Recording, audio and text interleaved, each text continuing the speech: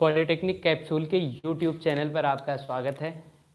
आज RCC drawing की live class start हो रही है आप लोगों के सामने।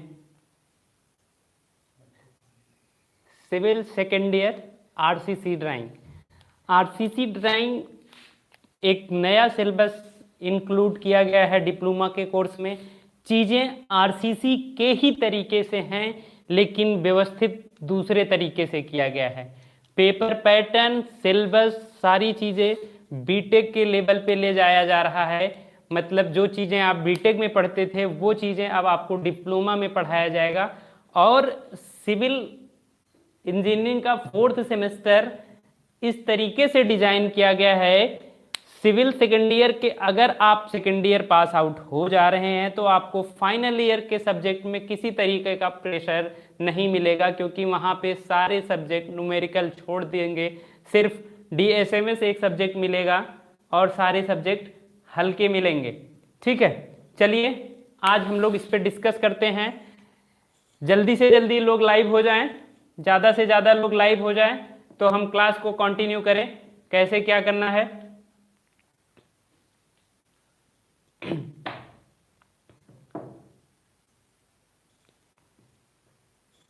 ठीक है।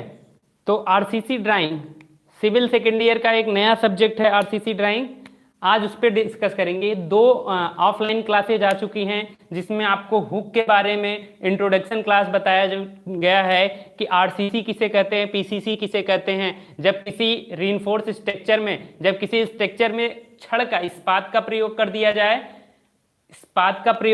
जाए, तो उसे क्या बोलते हैं, उसे आरसीसी स्ट्रक्चर कहते हैं। जब इस्पात का प्रयोग नहीं किया जाता है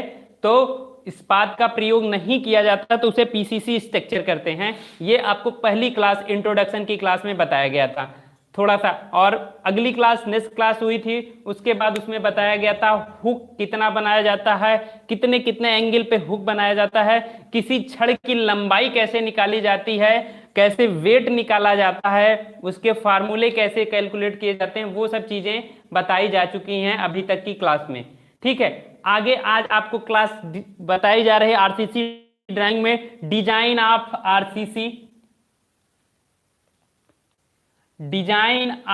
आरसीसी बीम, प्रबलित कंक्रीट धरन का अभिकल्पन। टॉपिक है प्रबलित कंक्रीट धरन का अभिकल्पन, डिजाइन ऑफ आरसीसी बीम। ठीक है, आरसीसी की क्लास जो हुई है, आरसीसी की क्लास और आरसीसी ड्राइंग 2 अलग अलग सब्जेक्ट हैं, आरसीसी और आरसीसी ड्राइंग, लेकिन चीजें एक दूसरे से रिलेट की हुई हैं। आरसीसी ड्राइंग में जो पढ़ना है वही आरसीसी। जो बच्चा आरसीसी की क्लास अभी चलेगी, कल से, आज से ही हो सकता है शाम को, आज लाइव क्लास आरसीसी की भी मिले आपको।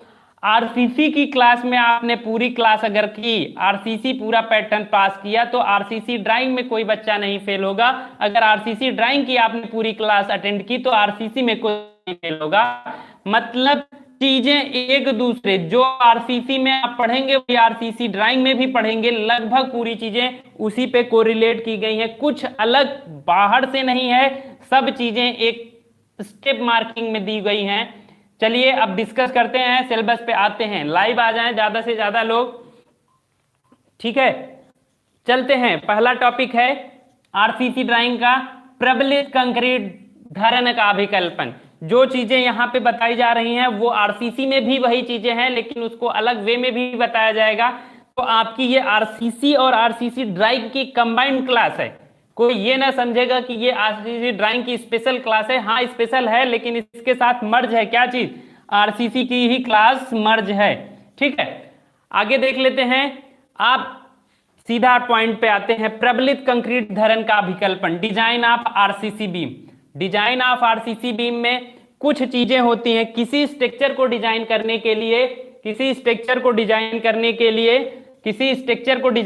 के लिए हमें 2 चीजें दी रहती हैं। क्या पता रहता है? पहला क्या पता होता है? लोड पता होता है, और दूसरा लेंथ पता होता है। क्या पता होता है? लोड पता होता है और लेंथ पता होता है। ठीक है, लोड पता होता है और लेंथ। आपको एक बीम, एक घर बनाना है, एक बीम या एक मकान बनाना है, एक रूम बनाना है, तो उसके लिए आपको क्या करना होगा, उसके लिए आपको हमने कह दिया कि इंजीनियर क्या कहेगा या आप मकान मालिक कहता है कि भाई हमें मल्टी स्टोरेज बिल्डिंग बनानी है, 5 माले की बिल्डिंग बनानी है, 5 माले की बिल्डिंग बनानी है और लंबाई चौड़ाई पता है, तो हम डिजाइन करते हैं 5 माले की बिल्डिंग किस लिए बनाई जाएगी, किस पर्पज के लिए बनाई जाएगी, उस पर्पज के हिसाब से उस पे आ रहे लोड को हम कंसीडर करते हैं। किसको कंसीडर करते हैं, लोड को कंसीडर करते हैं, और उसके हिसाब से लेंथ को कंसीडर करते हुए उस स्ट्रक्चर को डिजाइन करते हैं। ठीक है, लोड को कंसीडर। तो आप ये समझिए कि आपको डिजाइन के प्रोसेस में, आपको डिजाइन के प्रोसेस में क्या क्या चीजें दी रहेंगी, क्या क्या दिया रहेगा। पहली चीज क्या दी रहेगी, लोड दी रहेगी, और दूसरी क्या दी रहेगी, लेंथ दी रहेगी। ठीक है, कंक्रीट की ग्रेड, कंक्रीट का मिक्स, ये सब चीजें आपको दिया है तो ठीक है, नहीं दिया है तो वो आप अपने हिसाब से एज्यूम कर सकते हैं, मान सकते हैं। ठीक, चलिए ठीक है। प्रबलित कंक्रीट धरन के अभिकल्पन, क्लास स्टार्ट है। Design of RCC beam, design of RCC beam, RCC beam design करने से पहले कुछ पॉइंट उनको डिस्कस किया जाता है कि होता क्या है।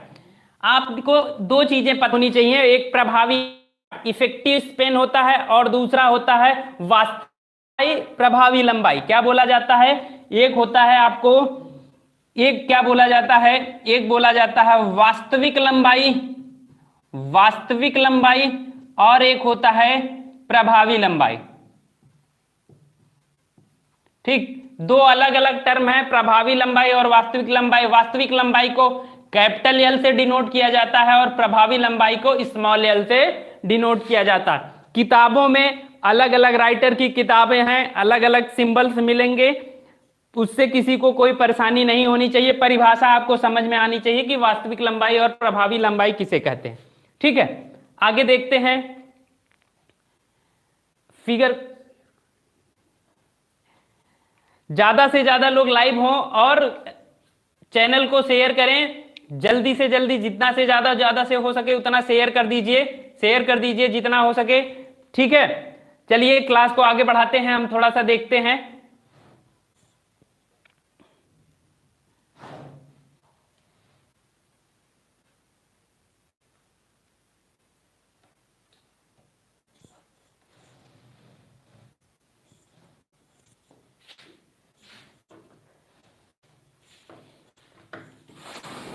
एक फिगर दिखाया गया है यहां पे आपके सामने, फिगर दिखाया गया है। फिगर को ध्यान से देखिए, फिगर का ध्यान से देखिए कि ये एक बीम है जिसकी ये दोनों दीवारें हैं, ये एक सपोर्ट सिस्टम है, इधर सपोर्ट सिस्टम है जिसपे एक बीम डिजाइन की गई है। ठीक है, फिगर को फिर से बनाते हैं और दिखा देते हैं अलग से।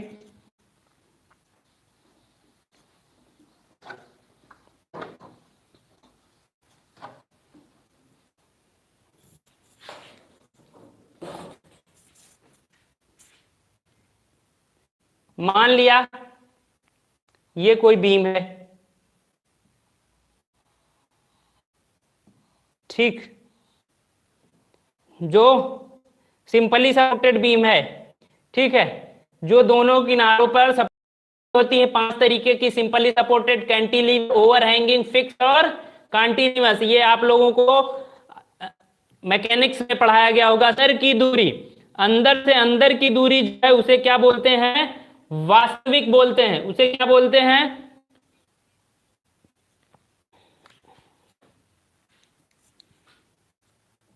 उसे वास्तविक लंबाई बोलते हैं। मतलब यहां से यहां तक की दूरी क्या है, वास्तविक लंबाई, और उसके सेंटर से दूरी को, उसका जहां से सेंटर है, सेंटर से सेंटर तक की दूरी को हम क्या बोलते हैं, प्रभावी लंबाई। प्रभावी लंबाई और वास्तविक लंबाई में कोई किसी को कुछ पूछना है तो पूछ सकता है, किसी को कुछ पूछना है तो पूछ सकता है। प्रभावी लंबाई और वास्तविक लंबाई, दीवार के अंदर जो बीम बनाई जाती है उस बीम के अंदर से अंदर तक की दूरी, अंदर से अंदर तक की दूरी को हम अंदर से अंदर तक की दूरी को हम क्या कहते हैं, वास्तविक लंबाई कहते हैं। और उसके बाहर उसके दीवार जहां से उसको बीम डिजाइन की जाती है, उसके दीवार पे जितना चढ़ाव दिया जाता है, उस चढ़ाव तक की दूरी को हम प्रभावी लंबाई कहते हैं। ठीक है, प्रभावी लंबाई हमें पता चल गई।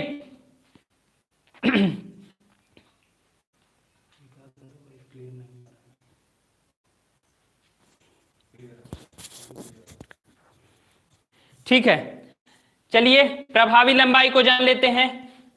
समझ में आ गया प्रभावी लंबाई और वास्तविक लंबाई क्या चीज होती।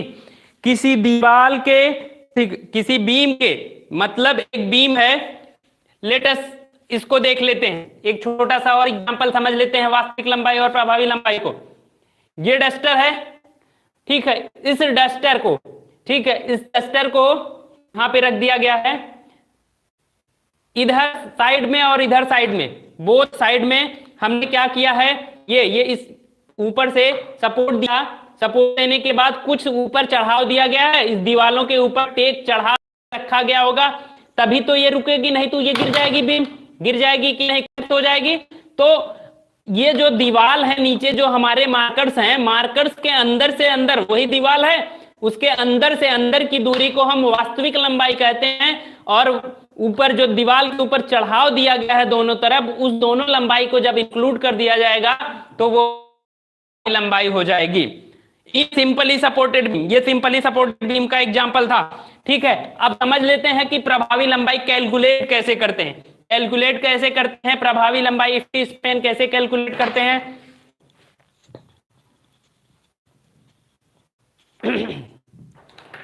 प्रभावी लंबाई कैसे कैलकुलेट करते हैं। प्रभावी लंबाई इफेक्टिव स्पैन यहां पे दिया हुआ है, इफेक्टिव लेंथ या इफेक्टिव स्पैन कहिए। तो प्रभावी लंबाई, इस फिगर को ध्यान से देखने के बाद क्या चला, वास्तविक लंबाई, दीवार के अंदर से अंदर तक की दूरी, वास्तविक प्लस दीवार की मोटाई बटा 2, दीवार की मोटाई बटा की मोटाई बटा 2। दो जगह इसलिए लिखा गया है कि हो सकता है एक तरफ दीवार की मोटाई, हो सकता है एक तरफ दीवार की मोटाई 300 mm कुछ दी हो और दूसरी तरफ दीवार की मोटाई 200 mm दी हो। 200 mm दिया हुआ है, तो थिकनेस ऑफ वॉल जो है अलग अलग दी रहेगी। तो अलग अलग दिए रहने की वजह से, अलग अलग दिए रहने की वजह से हम दीवार की मोटाई अगर एक साइड की, दोनों साइड की सेम दी हुई है तो मल्टीप्लाई बाई 2 कर देंगे या दीवार की मोटाई ऐड कर देंगे। अगर नहीं दिया है तो फार्मूला क्या होगा इफेक्टिव स्पैन का, वास्तविक लंबाई, वास्तविक लंबाई कैपिटल एल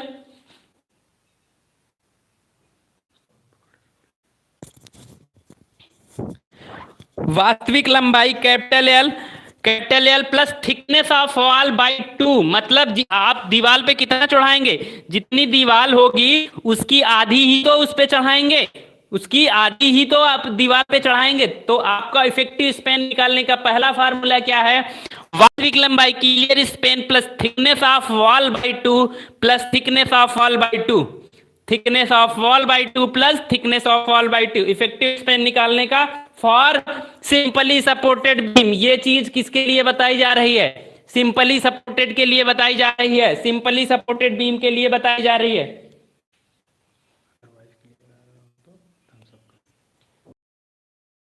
की प्रॉब्लम हो रही थी, अगर वॉइस क्लियर हो गई हो तो आप लोग थम्स अप कर सकते हैं, उसके हिसाब से आगे बढ़ें। वॉइस क्लियर हो गई हो तो बताएं, थम्स अप करें अगर वॉइस क्लियर हो गई। प्रिया, प्रिया जी,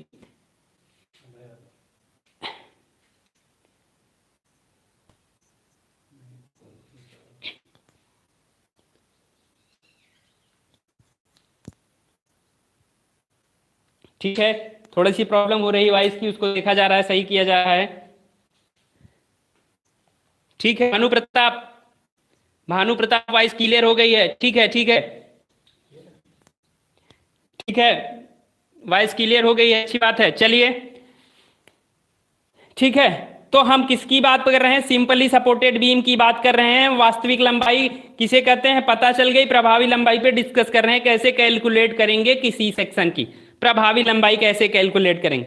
ठीक है, तो पता चल गई इफेक्टिव स्पेन बराबर क्लियर स्पेन, जिसे स्मॉल कैपिटल एल से डिनोट किया जा रहा है, plus thickness of wall by 2 upon plus thickness of wall by 2। ठीक है, तो इफेक्टिव स्पेन निकल गया कि नहीं? पहला एक पॉइंट पता चल गया, पहला पॉइंट पता चल गया कि नहीं? दूसरा पॉइंट, इफेक्टिव स्पेन निकालने के दो फार्मूले हैं। दूसरा फार्मूला क्या कह रहा है कि प्रभावी पार्ट बराबर क्या होता है? प्रभावी पार्ट बराबर क्या होता है? वास्तविक लंबाई, वास्तविक लंबाई, वास्तविक लंबाई प्लस धरन की प्रभावी गहराई। प्रभावी गहराई किसे बोलते हैं? D effective, D effective. यहां पे एक नया वर्ड मिला है, धरन की प्रभावी गहराई। इसको समझते हैं, प्रभावी गहराई और वास्तविक गहराई क्या होती है, इस चीज को समझते हैं। मान लीजिए कि ये कोई बीम है, ठीक है, बीम होगी जिसका सेक्शन दिखाया जा रहा है, ठीक है, इसमें छड़ों का प्रबलन डाला गया होगा, ठीक है। किसमें कमजोर होती है, किसमें कंक्रीट क्या होती है? कंक्रीट क्या होती है? कंक्रीट किसमें मजबूत होती है? कंक्रीट किसमें मजबूत होती है? बताइए, कंक्रीट किसमें मजबूत होती है? कंक्रीट कंप्रेशन लोड को लेती है, और स्टील जो होती है, स्टील जो होती है वो टेंशन लोड को बियर करती है। ये संपीड़न में मजबूत होती है। कौन सी? संपीड़न में मजबूत होती है कौन? कंक्रीट। और इस्पात कौन सा लोड लेती है? इस्पात कौन सा लोड लेती है? वो टेंशन लोड को लेती है।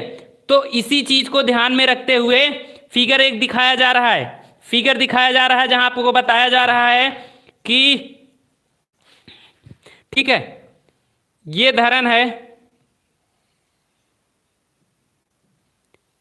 ठीक, टेंशन के साइड में आपने क्या डाल दिया? छड़ डाल दिया, ठीक है।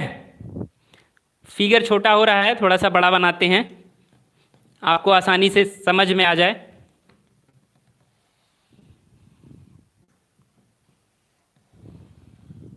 ठीक, ये धरन की चौड़ाई बी, ये धरन की गहराई, कुल गहराई कैपिटल डी। आप अपनी बुक में देखिएगा, हो सकता है आपकी बुक में कुछ और सिंबल दिया होगा, तो उससे आप परेशान मत होइएगा, ठीक है। धरन की कुल गहराई कैपिटल डी, धरन की प्रभाव चौड़ाई, धरन की चौड़ाई स्मॉल बी। तनन क्षेत्र में इस्पात का प्रबलन डाल दिया गया। मान लीजिए कि हमने 4 छड़ें डाली हैं। कितनी छड़ें डाली हैं?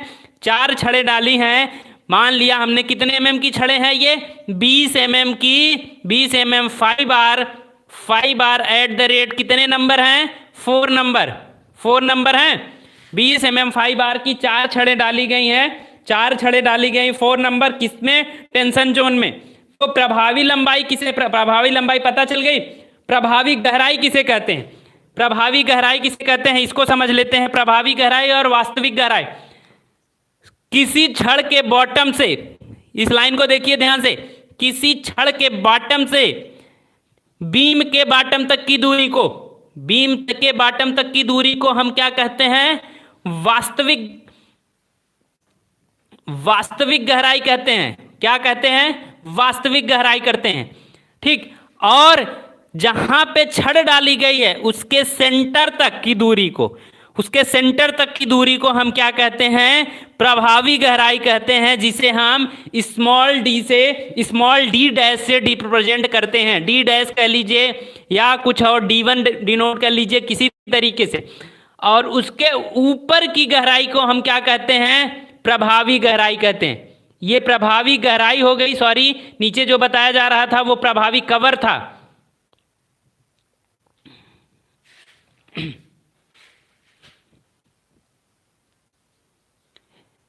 ठीक है, फिर से एक बार देख लेते हैं कि 20 mm व्यास की, 20 mm व्यास की 4 छड़ें डाली गई हैं। इसके सेंटर में 4 छड़ें डाली गई हैं,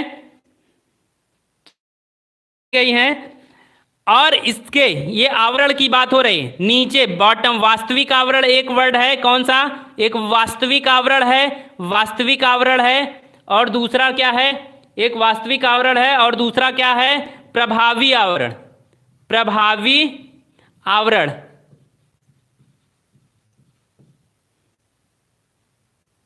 प्रभावी आवरण, ठीक है।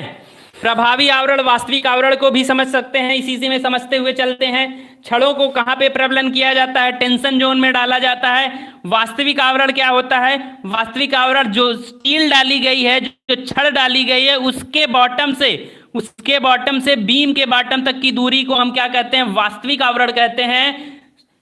और जहां पे छड़ डाली गई है, उसके सेंटर से लेके बॉटम तक की दूरी को हम प्रभावी आवरण कहते हैं। तो हमें प्रभावी गहराई बराबर क्या पता चल गई? कुल गहराई में से प्रभावी आवरण घटा दिया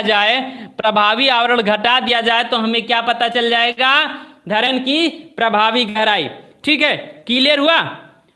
क्लियर हो गया कि नहीं? अगर क्लियर हो गया तो आगे पॉइंट पे पढ़े, थम्स अप करें अगर क्लियर हो गया है तो।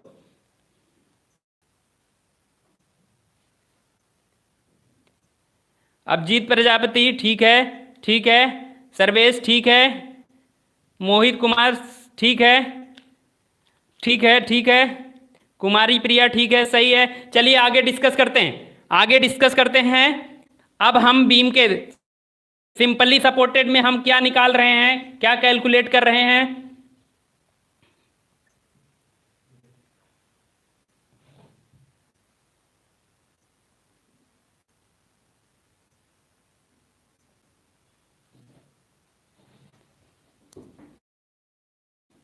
ठीक है, तो हमने क्या कैलकुलेट किया?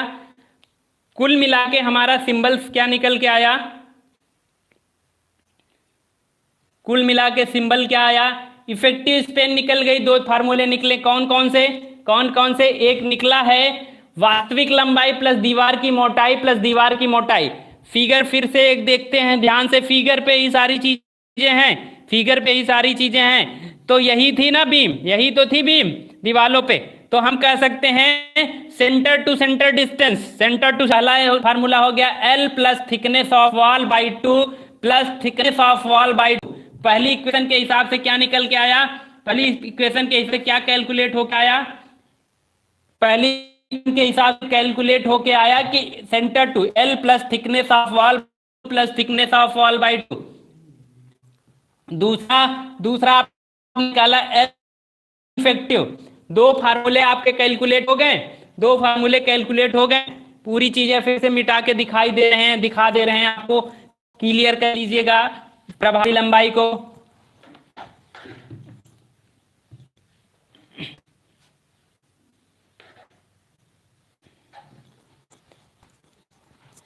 फिगर को फिर से समझ के चलते हैं। ये आपके सामने एक बीम है,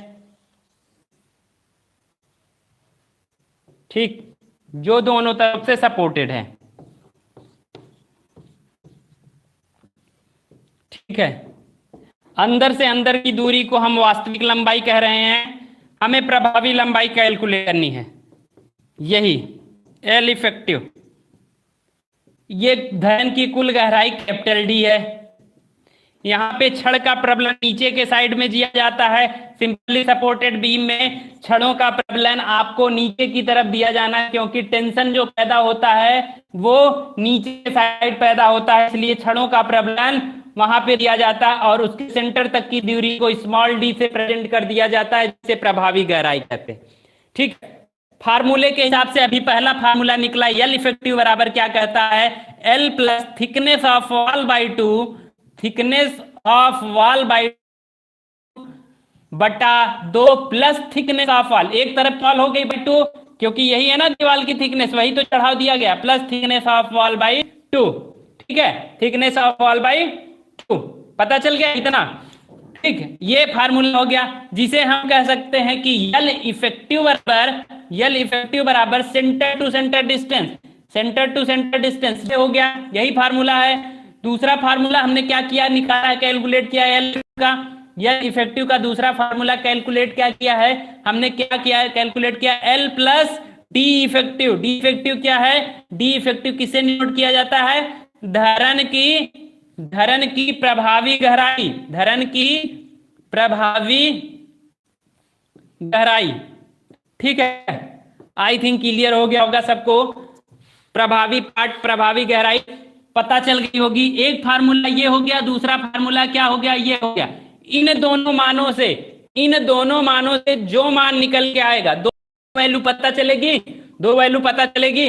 मान लीजिए धरन की लंबाई 3 मीटर है और दीवार की मोटाई कितनी थी, 400 mm थी। इधर भी और इधर भी 400 है, ठीक है, इधर भी है। और हमने कहा कि ये बीम जो है, बीम की प्रभावी गहराई कितनी दी हुई है, 300 mm दी है। अब 300 नहीं मान के हम मान लेते हैं 500 mm दिया हुआ है, ठीक है। तो पहले फार्मूला क्या कैलकुलेट कर लें, पहले फार्मूला क्या कहता है, पहला फार्मूला कहता है एल इफेक्टिव निकालने के फार्मूला क्या कहता है एल क्या है, 3 metre, 3 metre plus thickness of wall by 2, मतलब थिकनेस कितनी दी हुई है, थिकनेस 400 दिया हुआ है, 400 बटा 2 प्लस 400 बटा 2, ठीक है। ये 400 लिखा है, mm में है, ये 400 mm है और ये 3 मीटर है, तो यहाँ पे पॉइंट लग जाएगा, मीटर में कन्वर्ट हो गया, तो ये क्या आ गया 3.4 मीटर, ठीक है। तो एल इफेक्टिव की पहली माप क्या आ गई, 3.4 मीटर एग्जाम्पल के हिसाब से। दूसरा क्या कह रहा है, एल इफेक्टिव बराबर क्या बता रहा है, फार्मूला है L plus D effective, L plus D effective, L का मान क्या है 3 मीटर और डी इफेक्टिव का मान क्या दिया है 500 mm, तो 0.5, यहां से क्या मान आ गया 3.5 mm। इन दो मानों में से विचलेस, कौन सा विचलेस, जो होगा एक्चुअल, वही एक्चुअल एल इफेक्टिव होगा। इन दोनों मानों में से जो मान कम होगा वही एक्चुअल एल इफेक्टिव होगा, ठीक है। तो इसके हिसाब से कौन सा है मान कम है, 3.4 मीटर कम है, तो 3.4 इसकी एक्चुअल लेंथ होगी, इफेक्टिव लेंथ होगी, ठीक है, ठीक है, क्लियर हो गया, ठीक, मिटा दें। चलिए प्रभावी लंबाई आई थिंक सबको क्लियर हो गई होगी, किसी को कोई क्वेश्चन हो तो पूछ सकते हैं प्रभावी लंबाई में, ठीक है।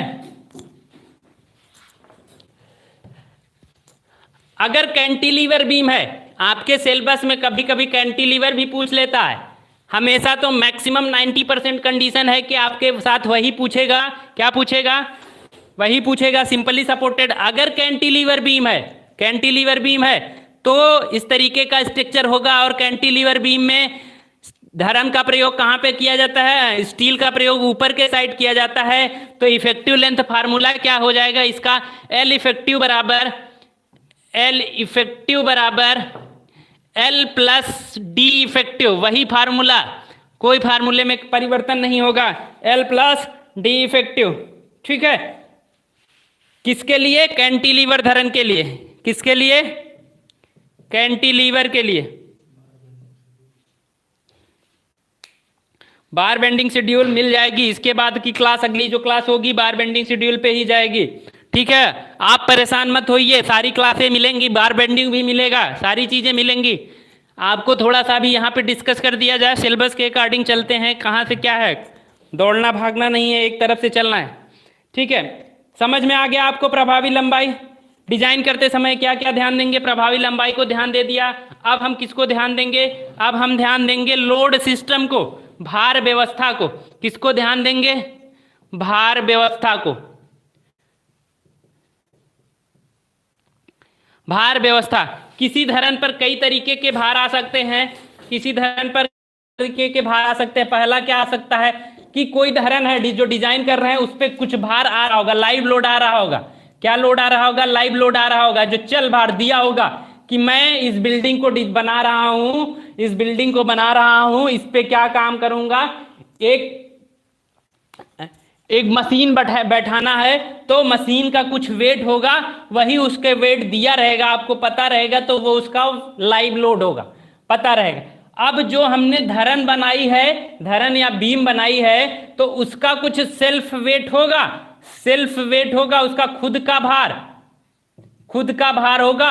उस भार को कैलकुलेट किया जाना है। उस भार को कैलकुलेट कैसे करेंगे, उसका भार, उसकी लंबाई होगी, उसकी चौड़ाई होगी और उसकी कुछ गहराई भी होगी। लंबाई गुणे चौड़ाई गुणे उसकी गहराई, और वह किस धातु का बना है, डेंसिटी क्या बना है, किसका बना है, उसका घनत्व। कंक्रीट का बना है तो कंक्रीट का घनत्व होता है कंक्रीट का घनत्व, तो उसके घनत्व से मल्टीप्लाई कर देंगे तो उसका वेट पता चल जाएगा। देखिए स्ट्रक्चर दो तरीके से हो सकता है, पहली क्लास में बताया गया है, या तो पीसीसी होगा या तो आरसीसी होगा। पीसीसी स्ट्रक्चर किसे कहते हैं? जब छड़ का प्रयोग नहीं करेंगे तो उसे पीसीसी कहते हैं, और आरसीसी कब कहते हैं? जब रीइंफोर्समेंट छड़ का प्रयोग करेंगे। अगर पीसीसी स्ट्रक्चर है तो वहां पे उसका घनत्व तो क्या होता है? 24,000 न्यूटन पर mm क्यूब। अगर आरसीसी स्ट्रक्चर है तो उसका घनत्व होता है 25,000 न्यूटन पर mm क्यूब। ठीक है, डेंसिटी की बात करें तो यही होता है, इसकी डेंसिटी पता चल गई। ठीक है, इसकी डेंसिटी पता चल गई। 2400 किसमें बोला जाता है? उसका मात्रक अलग होता है, 2400 किलोग्राम पर मीटर, 2400 किलोग्राम पर mm क्यूब होता है मात्रक जब होगा 2400। यहाँ पे न्यूटन में करेंगे तो ये होगा, किलो न्यूटन में होगा तो 24 किलो न्यूटन पर मीटर क्यूब हो जाएगा। कन्वर्ट कर लेंगे उसे हर मात्रक के हिसाब से। तो हमें दिमाग में बिठाना है, पीसीसी स्ट्रक्चर के लिए घनत्व अलग होता है और आरसीसी के लिए घनत्व अलग होता है। क्वेश्चन में आपके ये चीजें दी रहेंगी कि कौन सा स्ट्रक्चर है, कैसा बनाना है। ठीक है, आगे ध्यान से देखते हैं, आगे बढ़ते हैं। भार व्यवस्था में, ठीक है, भार व्यवस्था में आपको क्या पता चल गया? लाइव लोड क्वेश्चन में दिया रहेगा, जिसे मान लिया हमने W1 हो गया। दूसरा हमें सेल्फ वेट कैलकुलेट करना है। सेल्फ वेट कैलकुलेट करने के लिए उसकी लंबाई, उसकी चौड़ाई गुणे उसकी ऊंचाई या मोटाई कह लीजिए, ऊंचाई या तो मोटाई कहिए, चौड़ाई की अगर स्थान पे आप मोटाई कहिए, उस धरन की मोटाई, और वो घनत्व उसका किसका बना है, इसको मल्टीप्लाई करने के बाद जो मान आएगा वो W2 होगा। और लोड सिस्टम में, भार व्यवस्था में हमेशा लंबाई हम क्या रखेंगे? लंबाई पर मीटर के हिसाब से प्रति मीटर पे कैलकुलेट करेंगे। प्रति मीटर पे कैलकुलेट करेंगे तो हमेशा ऑलवेज L बराबर 1 मीटर लिया जाएगा। अगर मीटर में ले रहे हैं, सारे मात्रक मीटर में रखिएगा। अगर mm में ले रहे हैं तो 1000 mm करेंगे। ठीक है, किस में कर रहे हैं वो आपके ऊपर डिपेंड करता है कि आप किस में कैलकुलेट कर रहे हैं। ठीक है, लोड सिस्टम हो गया। आपको क्या पता चल गया? लेंथ पता चल गई, L इफेक्टिव पता चल गया। दूसरा क्या पता चल गया? लोड पता चल गया। कैपिटल W और स्मॉल w आप लोगों को पता होना चाहिए कि ये चीजें मैकेनिक्स में बताई गई हैं। कैपिटल W किसे कहते हैं? बुक में किसे स्मॉल w से डिनोट किया गया था? कैपिटल W टोटल लोड होता है और स्मॉल w लोड पर मीटर के हिसाब से जब कहा जाए तो वो स्मॉल w से डिनोट किया जाता है। ठीक है, इतनी हो गई क्लास। ठीक है, आगे अब पढ़ते हैं, आगे देखते हैं। आगे देखते हैं क्या है कि अब आपको देखते हैं लोड सिस्टम। कुछ चीजें अगर और जान लेते हैं नोट के रूप में, नोट के रूप में जान लेते हैं। आप अपने से जो चीजें लिख रहे हैं वो लिख लें। ठीक है, कुछ नोट जान लेते हैं कि बीम में, धरन में हम धरन की डिजाइन कर रहे हैं। धरन में 2 छड़ें प्रोवाइड की जाती हैं, 2 छड़ें प्रोवाइड कर दी जाती हैं। छड़ें 2 प्रकार की डाली जाती हैं। एक मेन बार होती है, एक मेन बार होती है, मुख्य छड़ होती है, और एक क्या होती है? वितरण छड़ या बांधने वाली, स्टेरप्स जिसे बोलते हैं। मेन बार जो होगी, जान लीजिए इसको, 12 mm से कम डाया की नहीं प्रयोग की जाएगी। 12 mm से कम डाया की नहीं प्रयोग की जाएगी, उससे ही अधिक प्रयोग की जाएगी। कितने बजे तक चलेगी क्लास? इसके लिए बता दें कि ये टॉपिक जब तक क्लियर नहीं हो जाएगा तब तक चलेगी। हो सकता है 1 घंटे भी लग सकते हैं, हो सकता है 1-1.5 घंटे भी लग सके हैं। ये टॉपिक जब तक क्लियर नहीं होगा, इस पे अभी न्यूमेरिकल कराया जाएगा। एक न्यूमेरिकल करा के इस टॉपिक को खत्म करके ही क्लास खत्म होगी। आप लोग धैर्य बनाए रखें और ज्यादा से ज्यादा शेयर कर दें, क्योंकि अब आपका न्यूमेरिकल शुरू होने जा रहा है। अभी तक तो आप लोगों को ये किताब में मिल जाती चीजें, आगे मिलने जा रहे हैं। ठीक है, आइए पॉइंट पे आते हैं। मुख्य छड़, मेन बार क्या है? मेन बार क्या होता है? और वितरण छड़, स्टेरप्स। किसी बीम में बांधने के लिए मेन बार डाली जाती है और उसे बांधने के लिए स्टेरप्स का प्रयोग किया जाता है। तो मेन बार क्या होता है? मिनिमम 12 mm से अधिक का ही प्रयोग करना है मिनिमम, और वितरण छड़ें मिनिमम 6 mm की प्रयोग करनी है। मिनिमम कितने mm की प्रयोग करनी है? 6 mm की प्रयोग करनी है।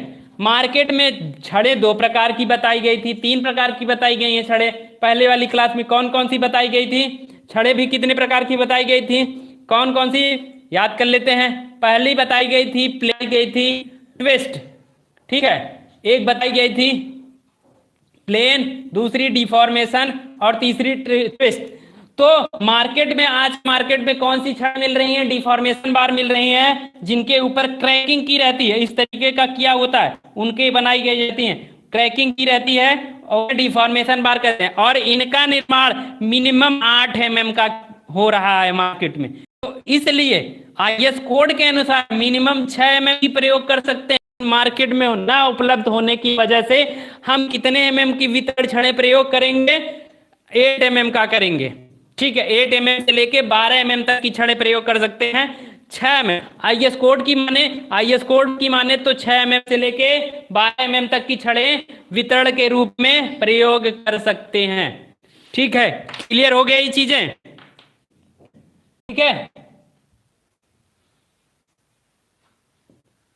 ठीक है। अगर क्लियर हो गई तो थम्स अप करें।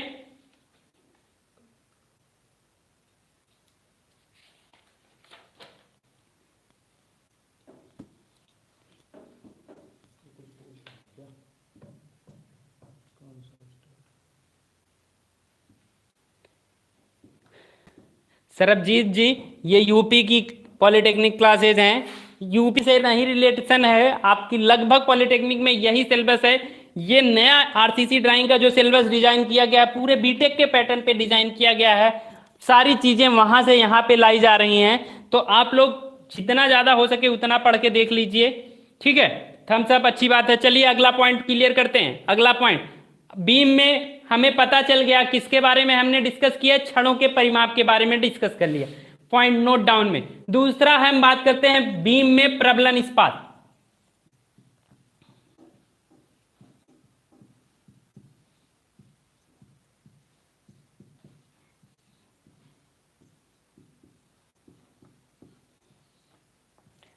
बीम में प्रबलन इस्पात डालते हैं, कहां कहां डाला जाता है? जब सिंगली होता है तो तनन क्षेत्र में, जब सिंगली बीम होगा तो उसे सिर्फ तनन क्षेत्र में, और जब डबली होगा तो हम संपीड़न क्षेत्र में भी छड़ों का प्रयोग करते हैं। संपीड़न क्षेत्र में भी छड़ों का प्रयोग करते हैं।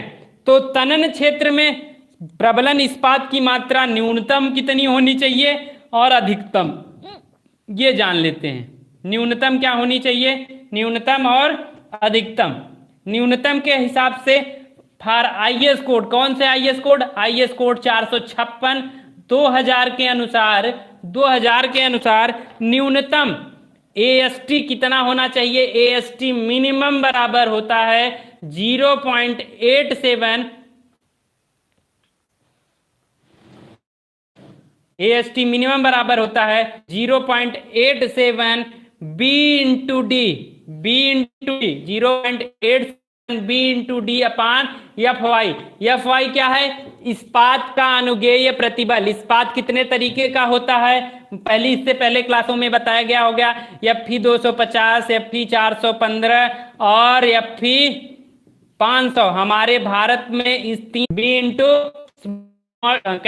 सही है, area of section B into 0.4 B into DA, ठीक है, ठीक है, ठीक है। तनन पता चल गया। न्यूनतम क्या रखा जाएगा? 0.87 B into D of into D structure में, और मैक्सिमम कितना रखा जाएगा? मैक्सिमम 0. IS कोड 456 2000 के 0.8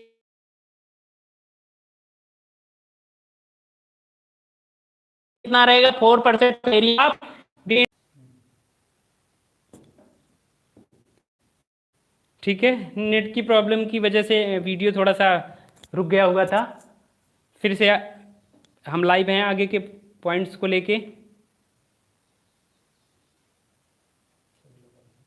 सभी लोग फिर से लाइव आ जाएं, फिर से लाइव आ जाएं।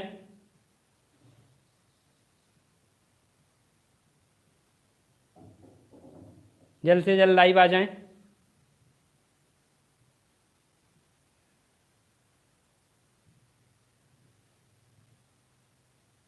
लाइव आ जाएं फिर से।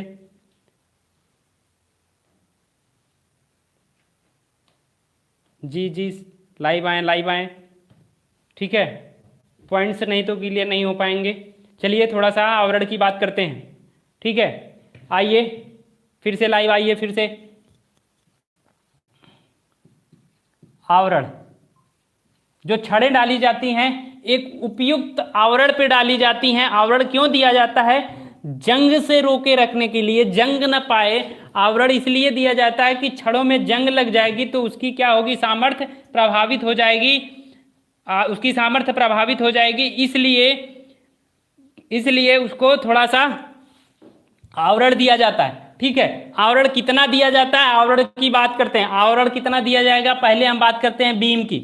बीम में क्या आवरण दिया जाएगा, बीम में आवरण कितना दिया जाएगा उसकी याद करते हैं। बीम में आवरण मिनिमम ये है 25 mm आईएस कोड के अनुसार कहता है। सारी चीजें किस पे हो रही बात, आईएस कोड 456 2000 के अनुसार बात हो रही।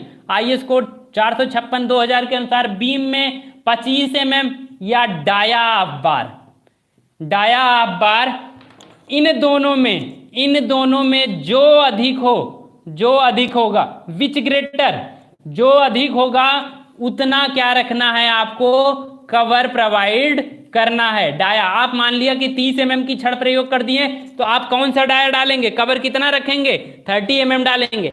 अगर आपने 20 mm की छड़ प्रोवाइड की है तो आप कवर कितना रखेंगे, 25 mm रखेंगे। ये बीम की बात हो गई, समझ में आ गया कि नहीं?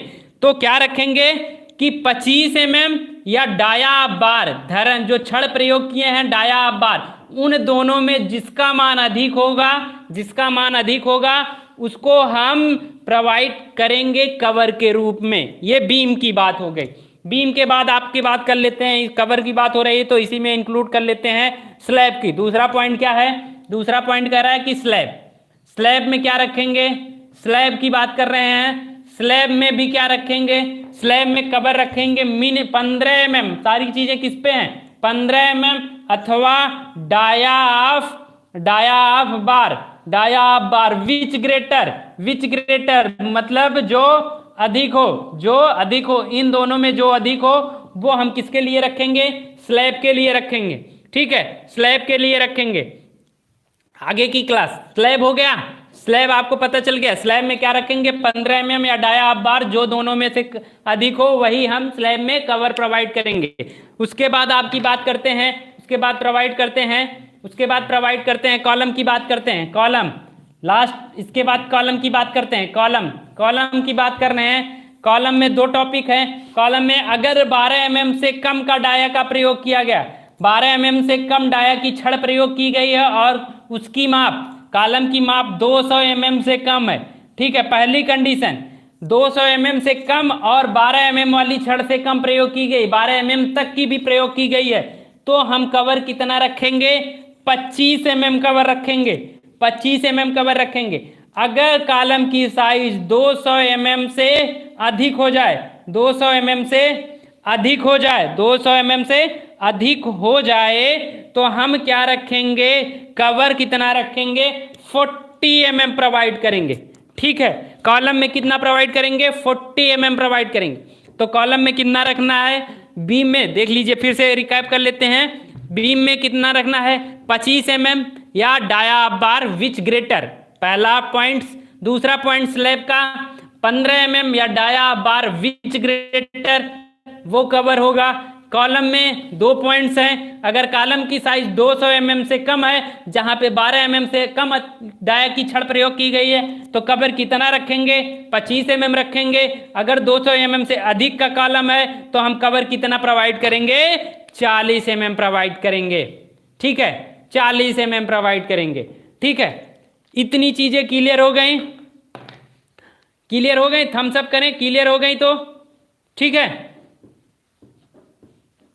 आइए अब सीधा चलते हैं डिजाइनिंग के स्टेप पे, किसी क्वेश्चन को सॉल्व करने के स्टेप पे चलते हैं।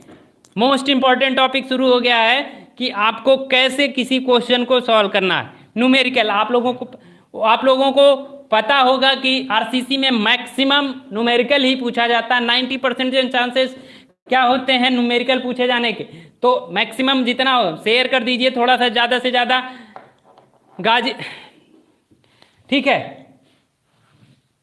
शेयर कर दीजिए। टॉपिक शुरू हो जाने जा रहा है, design of beam, design of beam, design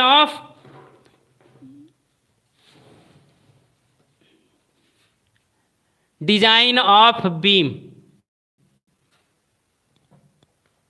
ठीक है। डिजाइन ऑफ बीम, किसी भी चीज को डिजाइन करने से पहले उसमें क्या दिया होगा, दो चीजें दी रहेंगी, एक लोड दिया होगा, दूसरी लेंथ दी होगी।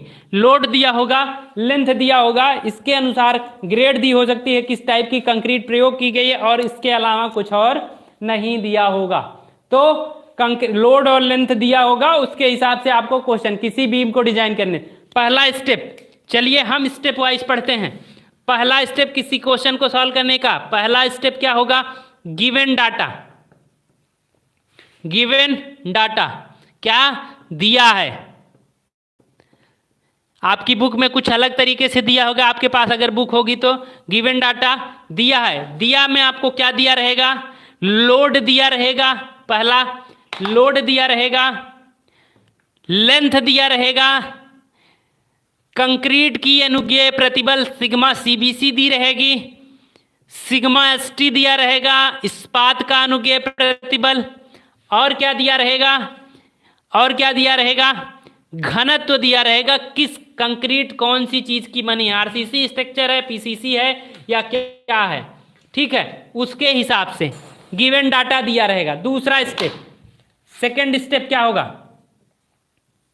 स्टेप सेकंड, टू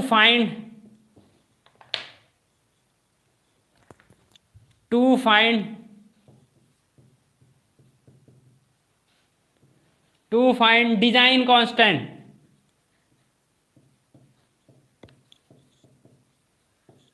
ठीक है, अभिकल्पन स्थिरांक। बुक में अलग दिया होगा तो आप परेशान मत होइएगा, चीजें सारी चीजें हैं, क्वेश्चन सॉल्व होगा, आंसर सही आएगा, और आरसीसी में किसी को कोई परेशानी नहीं होनी चाहिए इससे, ठीक है, ठीक है। टू फाइंड डिजाइन कांस्टेंट, अभिकल्पन स्थिरांक, अभिकल्पन स्थिरांक के जे क्यू, 3 मान कैलकुलेट करेंगे के जे क्यू का। के जे क्यू बुक में आपको सिंबल नहीं दिया होगा, हो सकता है ये चीज भी नहीं दी होगी, तो आप इसको मैक्सिमम वो करिएगा, के जे क्यू। आपने पढ़ा होगा, अभी नहीं पढ़ा होगा तो आपको पता होगा, आपने ये चीजें पता होंगी। एक न्यूट्रल एक्सेस बताया गया होगा आरसीसी की क्लास में, एक्सी बराबर M time sigma CBC upon M time sigma CBC plus sigma ST into D. क्या बताया गया था, M time sigma CBC upon M time sigma CBC plus sigma ST into D. उसी को तोड़ के एक फार्मूला बनाया गया है जे के क्यू के रूप में। के का फार्मूला होगा, क्या फार्मूला होगा, M time sigma CBC upon M time sigma CBC plus sigma ST. यहां पे डीसी मल्टीप्लाई नहीं करा गया तो वो के रूप में परिवर्तित हो गया। जे बराबर, आपने जेड पढ़ा होगा, कहां, आरसीसी में जेड पढ़ा होगा, आरसीसी की क्लास में। जेड बराबर आपको बताया गया था क्या होता है, ये उत्तोलक भुजा, उत्तोलक भुजा बताई गई थी, उत्तोलक भुजा जेड बराबर बताया गया था d माइनस एक्स बाई 3। वही यहाँ पे जेड है, उसको सिंबल दिया गया, उसे यहाँ पे जे बराबर कहा गया 1 माइनस के बाई 3, ठीक है, 1 माइनस के बाई 3। क्यू बराबर हाफ जे के सिग्मा सीबीसी, ठीक है। ये पहले आप स्टेप को नोट कर लीजिए। पहला step given data, given data design पढ़ा रहे हैं या ड्राइंग, राहुल जी डिजाइन और ड्राइंग दोनों चीजें हैं। पहले आपके डिजाइन बताया जाएगा, उसके बाद ड्राइंग बताई जाएगी। क्वेश्चन का अभी तक कोई पेपर इसका नहीं हो पाया है, तो इसलिए कोशिश ये है कि आपको डिजाइन भी बताई जाए और ड्राइंग भी बताई जाए, जिससे जिससे आपका ज्यादा से ज्यादा लाभ हो सके इससे आपको। ठीक है, यहां पे आपको जितना, क्योंकि अभी तक आरसीसी ड्राइंग का कोई पेपर नहीं मिल पाया है कि बोर्ड कैसा पेपर देगा, इस पे कोई चर्चा नहीं हो पाई है कि कैसा पेपर हो सकता है। ड्राइंग भी आ जाए, डिजाइन भी। आपकी बुक में सिलेबस में जो दिया है डिजाइन एंड ड्राइंग दोनों दिया है, तो इसलिए डिजाइन एंड ड्राइंग दोनों को साथ में लेके चलेंगे। ठीक है, डिजाइन और ड्राइंग दोनों को साथ में लेके चला जाएगा। ठीक है, ठीक है। आगे पहला स्टेप क्या हो गया, गिवन डाटा। दूसरा स्टेप हो गया to find design constant. Design constant में क्या निकाल लिया हमने, क्या मान निकाला, के जे क्यू का मान निकाल लिया। ठीक है, के जे क्यू का मान निकाल लिया। M time sigma CBC note हो गया है, आप लोग नोट कर लिए हैं। ठीक है, ठीक है, आगे चलते हैं। दूसरा स्टेप हो गया के जे क्यू। ठीक है, अब तीसरा स्टेप देखते हैं, step third.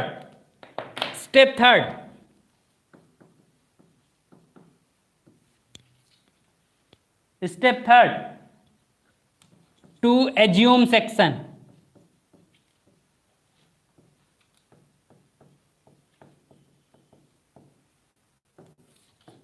To assume section, हम एज्यूम सेक्शन कर लेते हैं कि हम धरन की गहराई और चौड़ाई मान लेते हैं अपने मन से। तो हम क्या करते हैं, धरन की प्रभावी गहराई मान लें पार्ट बाई 10 से पार्ट बाई 8 मान लीजिए, part by 8 to part by 12, मतलब 12 के बीच में। पार्ट बाई मतलब L by 8 to L by 10, 12 के बीच में कोई भी एक वैल्यू पुट कर दें, मान लें। ठीक है, और B बराबर क्या मान लें, D बाई 2 मान लें। ठीक है, ये मान लिया जाता है। ठीक है, इसके बीच में आप कोई भी मान सकते हैं। क्या मानना है, D बराबर आपको मान लेना part by 8 to part by 12, L by 8 to L by 12 के बीच में कुछ भी मान लेना है। ठीक है, और धरन की चौड़ाई क्या होगी, धरन की चौड़ाई क्या मानी जाएगी, मान लेंगे हम गहराई का half, D by 2 to D by 3 के बीच में कुछ भी मान लेते हैं। ठीक है, आगे अगला step, to find effective length. अभी इस पे चर्चा की जा चुकी है क्लास में। अभी क्लास इससे पहले जब हुई थी तो इफेक्टिव लेंथ पे चर्चा की गई थी।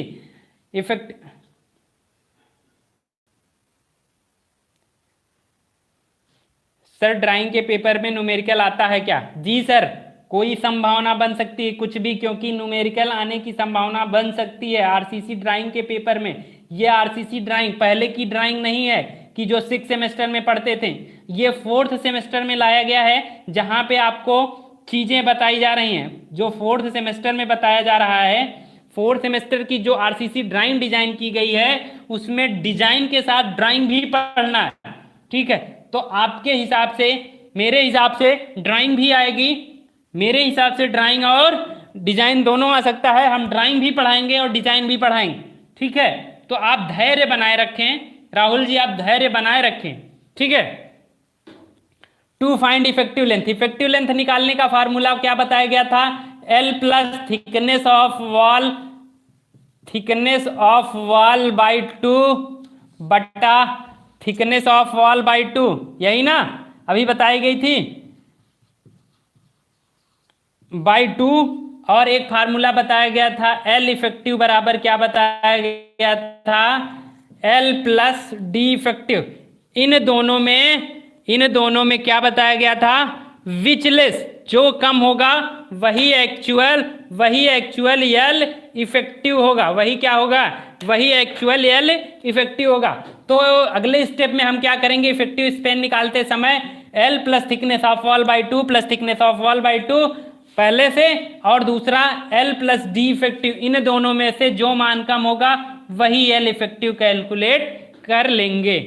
ठीक है, वही कैलकुलेट, ठीक है,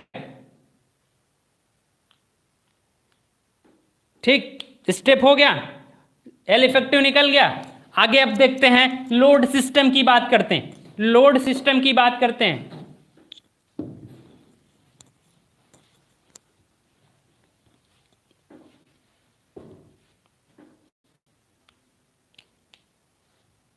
ठीक है। लोड सिस्टम, अगला step 2 find load.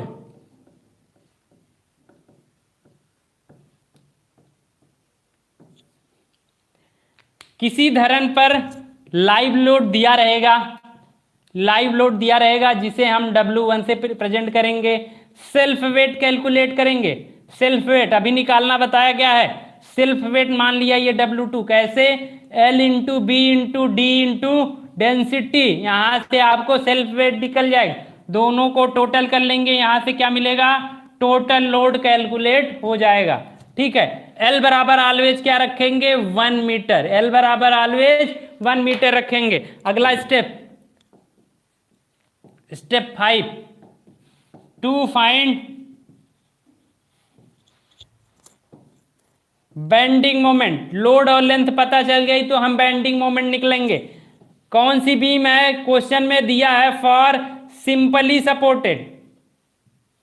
For simply supported है, फॉर सिंपली सपोर्टेड है। सिंपली सपोर्टेड के लिए m बराबर क्या है? WL²/8 होगा।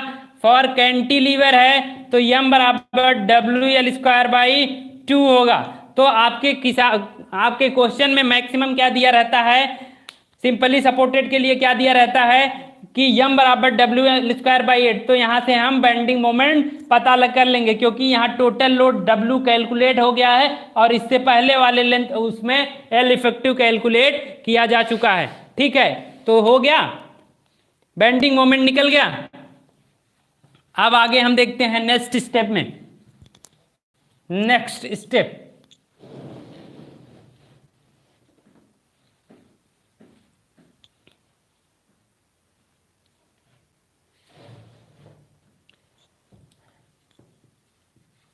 बेंडिंग मोमेंट पता चल गया। Next step 2 find effective depth. कितनी डेप्थ रखनी है बीम की? 2 find effective depth. D effective बराबर क्या रखा जाएगा? फार्मूला है डी इफेक्टिव का। डी इफेक्टिव बराबर हो जाएगा रूट में m/QB। ठीक है। यहां से हमें अगला स्टेप 6, यहां से हमें डी इफेक्टिव का मान, ये डी इफेक्टिव का मान जो आएगा माने गया क्या? इस डी इफेक्टिव का मान जो रिक्वायर्ड हमने माना था, हैं, उससे क्या आना चाहिए? अधिक आना चाहिए। सॉरी, डी इफेक्टिव ये क्या आई इसने, ये यहां से क्या मान आया? रिक्वायर्ड का मान आया। रिक्वायर्ड का मान आया तो ये हमेशा कम होना चाहिए जो हमने पहले से माना है। जो हमने पहले माना था उससे कम होना चाहिए। तो अगर ऐसी कंडीशन बनती है तो सेक्शन क्या होगा? सेक्शन सेफ होगा। सेक्शन क्या होगा? सेक्शन सेफ होगा। ठीक है। यहां से हमें क्या मिल गया? इफेक्टिव डेप्थ मिल गई। अगला स्टेप स्टील डाल दें। Step 7 to find area of steel. AST formula होता है AST बराबर m/σ/ST J × D। यहां से हम किसको कैलकुलेट कर लेंगे? AST का मान कैलकुलेट कर लेंगे। ठीक है। m का मान हमें पता है, σ/ST क्वेश्चन में दिया है, J हमने कैलकुलेट कर लिया है और D यहां से हमें पता चल गया और यहां से हमें AST पता चल जाएगा। ठीक है। हमें किसी धरन की गहराई, लंबाई, चौड़ाई पता चल गई और उसमें कितना छड़ प्रोवाइड करना है ये भी पता चल गया। ठीक है, इतना पता चल गया। तो आगे अब देखते हैं कि हमने कहा कि हम इसमें 12 mm, 20 mm, 25 mm कितने mm की छड़ प्रोवाइड कर रहे हैं उसको डालते हैं। कितने स्टेप हो गए? 7 स्टेप हो गए।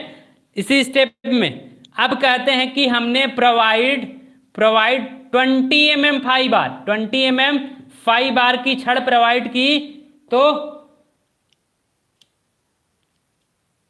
राहुल स्टेप 6 नहीं समझ में आया, स्टेप सिक्स में क्या था? स्टेप सिक्स था आपका बेंडिंग मोमेंट। स्टेप सिक्स क्या था? बेंडिंग मोमेंट था। स्टेप सिक्स बेंडिंग मोमेंट समझ लेते हैं। बेंडिंग मोमेंट आपने सोम में पढ़ा होगा। सिंपली सपोर्टेड बीम है, सिंपली सपोर्टेड बीम है, तो सिंपली सपोर्टेड के लिए बेंडिंग मोमेंट का फार्मूला क्या बताया गया होगा? m बराबर WL²/8 बताया गया था। और अगर कैंटिलीवर है, मैक्सिमम कंडीशन आपके क्वेश्चन में क्या रहेगी? सिंपली सपोर्टेड रहे। अगर कैंटिलीवर है तो m बराबर WL²/2 होता है। तो वही चीजें यहाँ पे हैं, यहाँ पे अलग से कुछ नहीं बताया जा रहा है, जो आपने सोम में पढ़ा है वही चीजें हैं। m बराबर यहाँ से W पता चल गया पहले स्टेप में उससे, और उसके बाद लेंथ पता चल गई, वहां से हमने बेंडिंग मोमेंट निकाल लिया। और समझ में आ गया?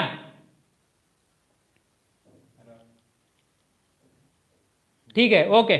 चलिए आगे हम AST की बात कर रहे थे, AST पता चल गया। अब हमने कहा कि उसकी छड़ों में हम क्या कर रहे हैं? हमने कहा कि 20 mm की छड़ हम उस बीम में डाल रहे हैं, 20 mm 5R की छड़ डाल रहे हैं। तो 20 mm की छड़ का एरिया क्या होगा?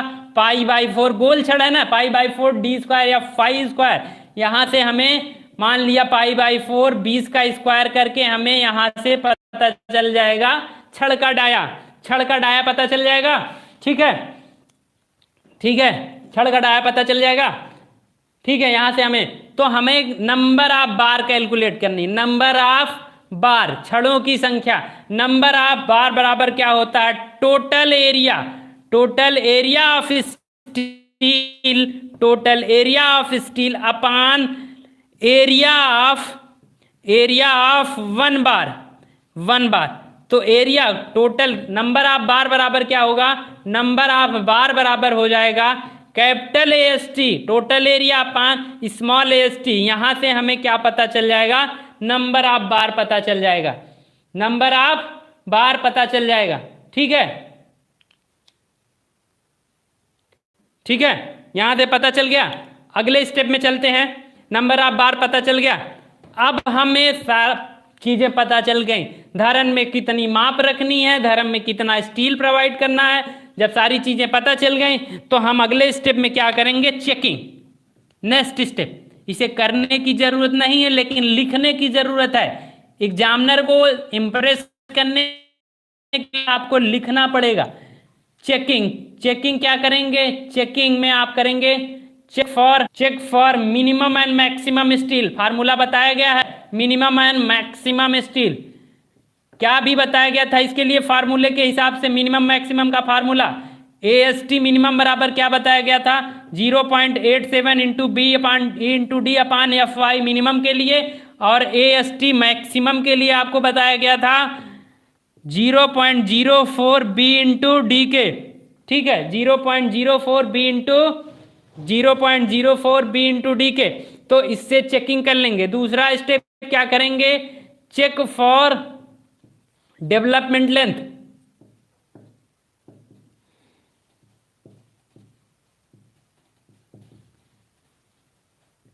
और लिखना जरूरी है, करें या ना करें लेकिन लिखना जरूरी है। चेक फॉर, एग्जामिनर को पता चलना चाहिए कि आपको आता है, लेकिन समय के अभाव के कारण आप क्वेश्चन नहीं पकड़ पाए। Check for CL।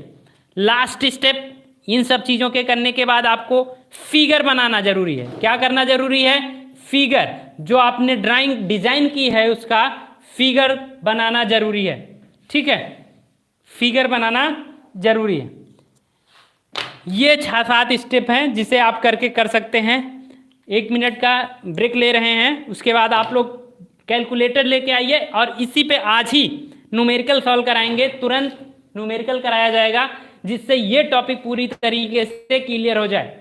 ठीक है, 1 मिनट का रेस्ट, उसके बाद आपको क्वेश्चन बोल रहे हैं, क्वेश्चन नोट करेंगे आप लोग।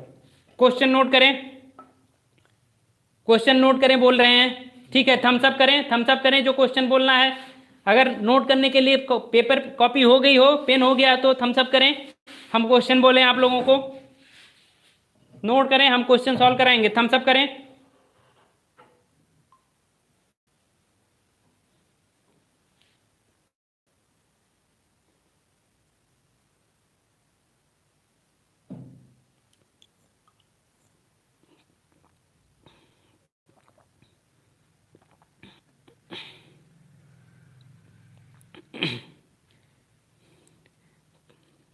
पेन और पेपर लेके बैठ जाइए, थम्स अप करिए जरा, हम क्वेश्चन सॉल्व कराएंगे। इस टॉपिक को क्लियर करके ही आज की लाइव क्लास खत्म होगी, ठीक है।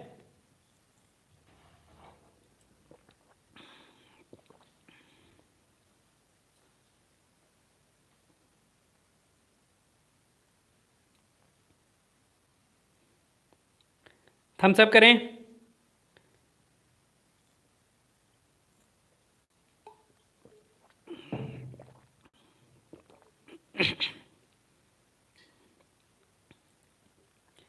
ठीक है, चलिए क्वेश्चन है। क्वेश्चन 6 मीटर शुद्ध पाट के एक आयताकार एकल प्रबलित कंक्रीट धरन का क्वेश्चन है। क्वेश्चन कह रहा है कि 6 मीटर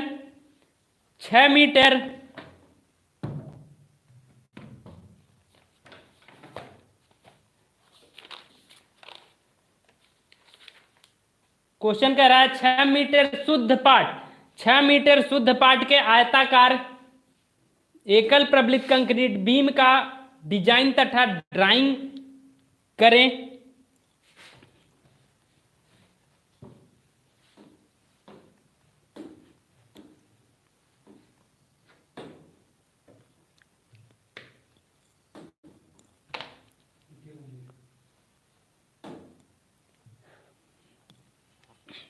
क्वेश्चन ठीक है,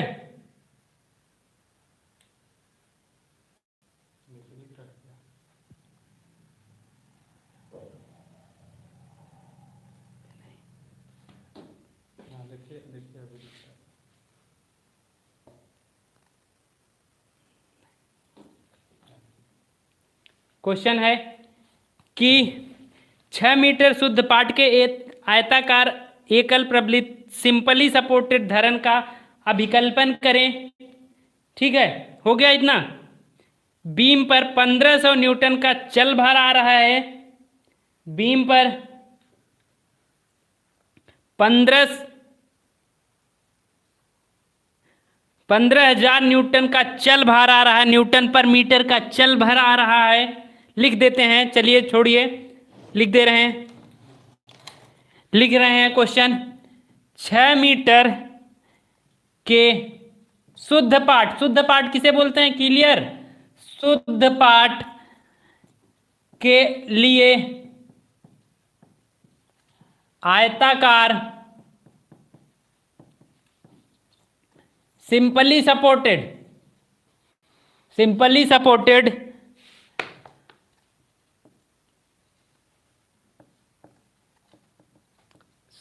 सपोर्टेड धरन का डिजाइन व ड्राइंग बनाएं।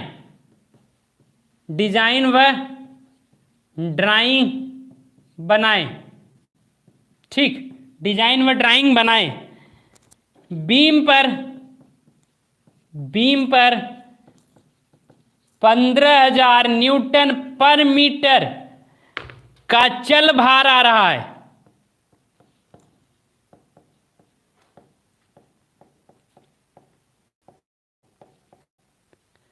चल भार आ रहा है, ठीक है, चल भार आ रहा है। आलंब की चौड़ाई दिया है क्वेश्चन में, आलंब की चौड़ाई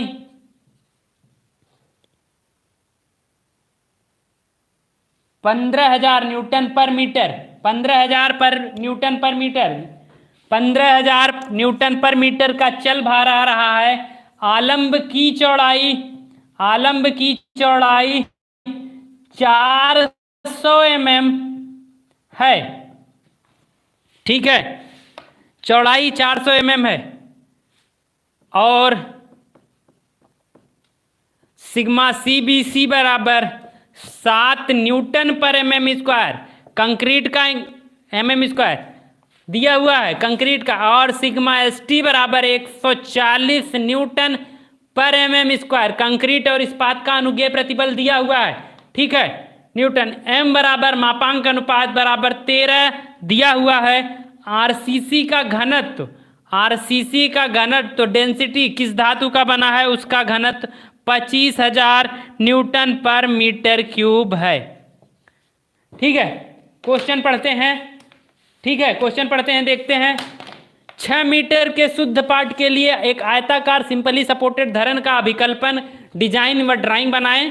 बीम पर 15,000 न्यूटन पर मीटर का चल भार आ रहा है। आलंब की चौड़ाई 400 mm है और सिग्मा सीबीसी दिया है। कंक्रीट का अनुज्ञेय प्रतिबल 7 न्यूटन पर mm स्क्वायर, सिग्मा एसटी बराबर 140 न्यूटन पर mm स्क्वायर, m बराबर 13 दिया है। सिग्मा सीबीसी क्या होता है? कंक्रीट का अनुज्ञेय प्रतिबल को सिग्मा सीबीसी से प्रेजेंट करते हैं और स्टील इस्पात के क्या करते हैं? इस्पात के अनुज्ञेय प्रतिबल को सिग्मा एसटी से डिनोट करते हैं। यम क्या होता है? मापांक अनुपात होता है। ठीक है, किस धातु की कंक्रीट बनानी है हमें, उसका आरसीसी की बनानी है और उसका घनत्व क्या दिया है? दिया हुआ है 25,000 न्यूटन पर मीटर क्यूब।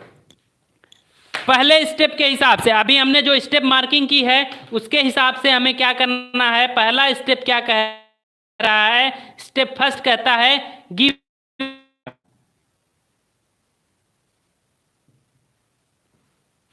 गिवन डाटा के साथ हम पहले देख लेते हैं, फिगर बनाते हैं क्वेश्चन के हिसाब।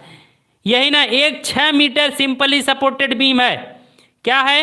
एक 6 मीटर की सिंपली सपोर्टेड बीम है, दोनों तरफ से सिंपली सपोर्टेड है। के लिए सिंपली शुद्ध आवरण का मतलब क्लियर स्पेन, अंदर से अंदर की दूरी क्या दी हुई है? 6 मीटर दिया हुआ है।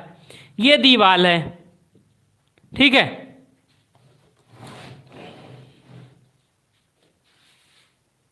ठीक है।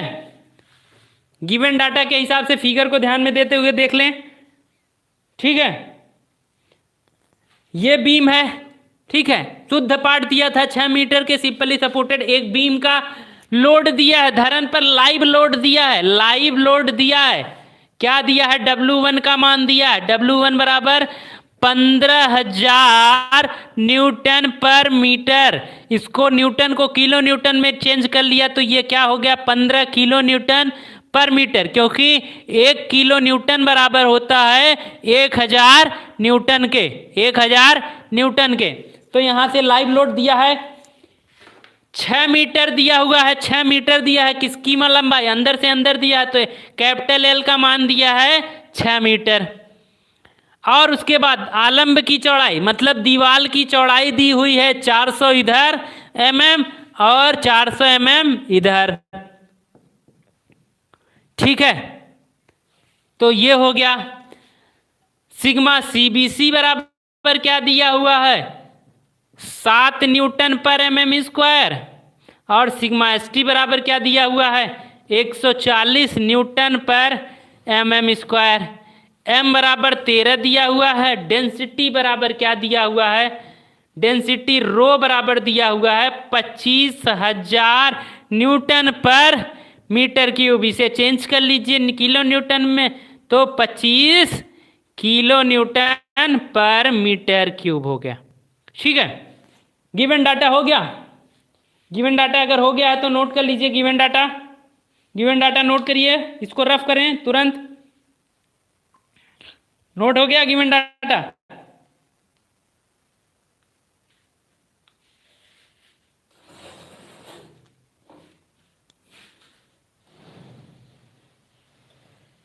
गिवन डाटा नोट हो गया हो तो क्वेश्चन को रफ करें, आगे बढ़ाएं जल्दी से जल्दी।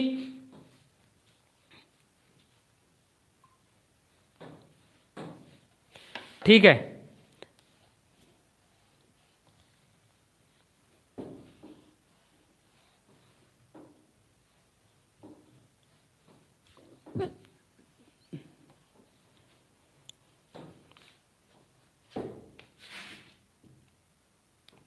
हो गया। ठीक है, दूसरा स्टेप क्या कहता है? अभी आपको बताया गया था। स्टेप 2 कहता है to find design constant.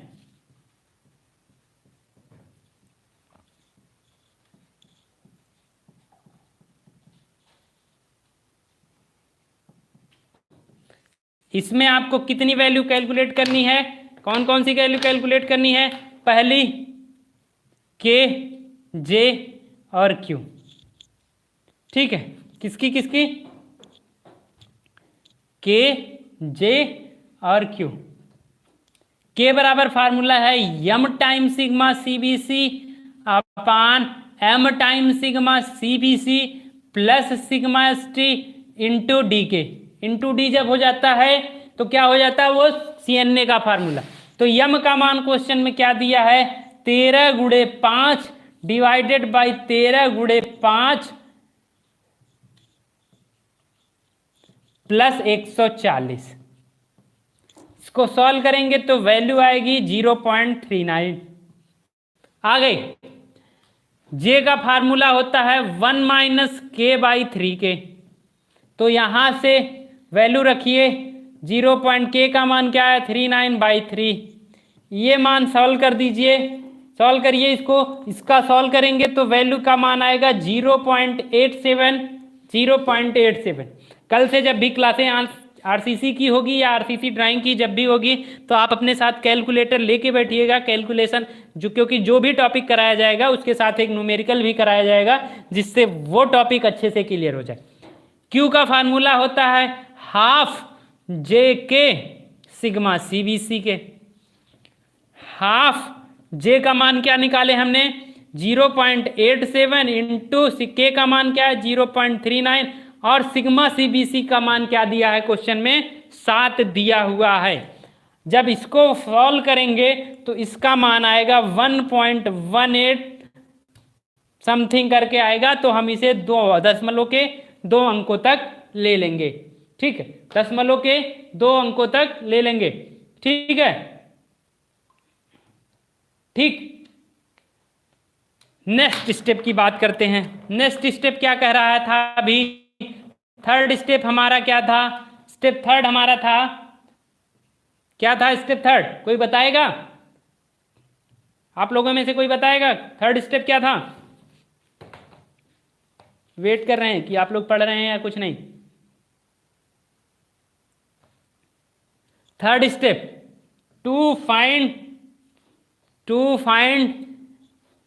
Find या कह लीजिए या to assume section. Assume section क्या है कि बी, इसमें क्या करना है, एज्यूम क्या करना है, बी और डी का मान। बी और डी का मान कैसे कैलकुलेट करेंगे, एज्यूम सेक्शन बी और डी का मान कैलकुलेट करना है।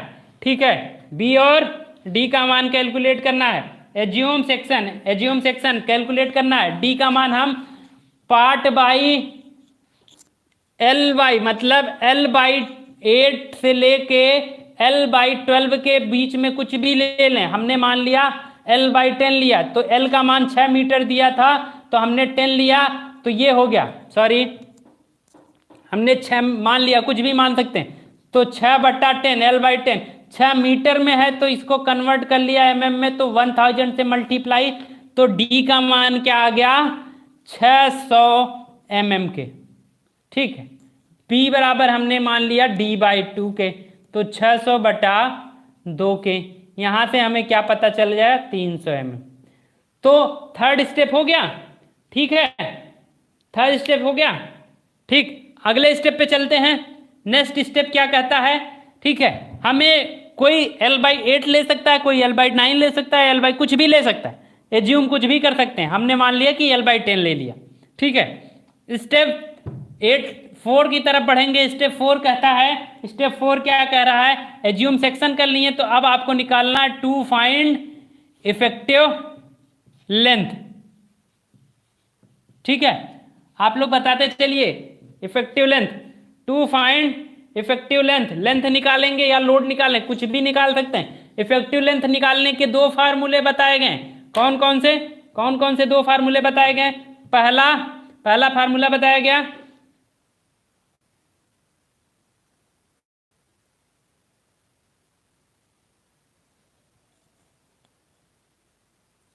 जी सिग्मा CBC की वैल्यू 7 दी हुई है। सिग्मा CBC की वैल्यू तो 7 है, सही है। तो सॉरी, m के मान को निकालते समय हाँ यहाँ पे गलती हो गई है। तो सिग्मा CBC k के मान में, k का मान जब कैलकुलेट किया गया वहां पे हमने 5 लिख दिया है, कोई दिक्कत नहीं, वहां पे 7 कर दीजिए, 7 करके कैलकुलेट करिए, वो कोई दिक्कत नहीं होगी वहां पे।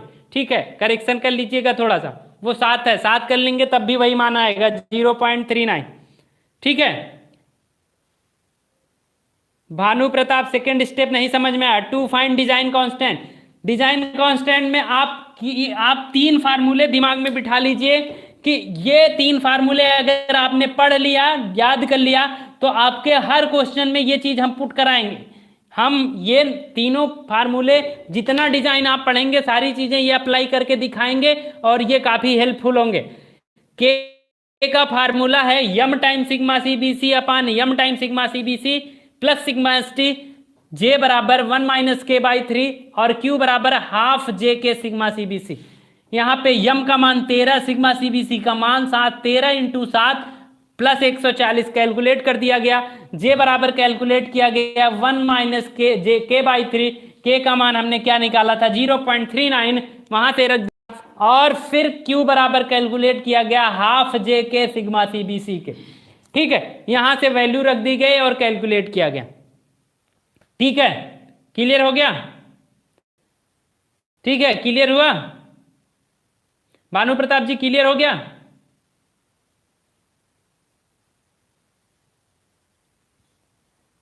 एज्यूम सेक्शन हो गया। टू फाइंड इफेक्टिव लेंथ की तरफ चलते हैं। टू फाइंड इफेक्टिव लेंथ की तरफ चलते हैं। इफेक्टिव लेंथ निकालने के लिए आपको 2 फार्मूले बताए गए थे। पहला फार्मूला बताया गया था एल इफेक्टिव बराबर क्या बताया गया था? एल इफेक्टिव बराबर बताया गया था L plus thickness of wall by 2 plus thickness of wall by 2। ठीक है, यहां से आपका मान क्या आ गया? एल का मान 6 metre, thickness of wall question में क्या दिया है 0.400 mm दिया है। 400 mm को मीटर में कन्वर्ट किया तो 0.4 हो गया मीटर। ठीक है, बट्टा 2 प्लस 0.4 बट्टा 2 बाई 2, तो यहां से क्या मान आ गया 6.4 मीटर।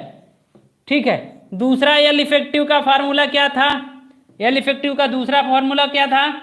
एल इफेक्टिव का दूसरा फार्मूला था एल प्लस डी इफेक्टिव। अभी हमने एज्यूम क्या है? डी इफेक्टिव का मान 600 एज्यूम किया है, तो वही बराबर 6 प्लस 0.6, ये mm में है तो इसे कन्वर्ट कर दिया गया मीटर में, तो ये हो गया 6.6 मीटर। ठीक है, आपको जब इफेक्टिव स्पेन पढ़ाई जा रही थी लेंथ, तो बताया गया था इन दोनों में विचलेस जो मान कम होगा वही एल इफेक्टिव कहा जाएगा। तो इस हिसाब से एल इफेक्टिव का मान क्या आया? एल इफेक्टिव का मान क्या आया? एल इफेक्टिव का मान क्या आ गया? एल इफेक्टिव बराबर 6.4 मीटर।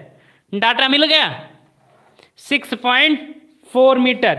ठीक है, 6.4 मीटर पता चल गया ना? अगले स्टेप की तरफ बढ़ते हैं। ठीक है, अगले स्टेप की तरफ चलते हैं। अगला स्टेप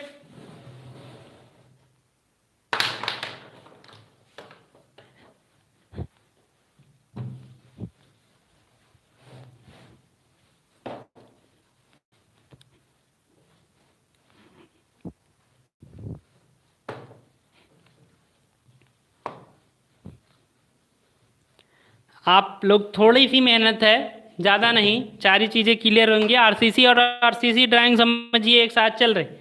अगला स्टेप आपको लेंथ पता चल गई। अगले स्टेप पे चलते हैं। अगला स्टेप क्या है?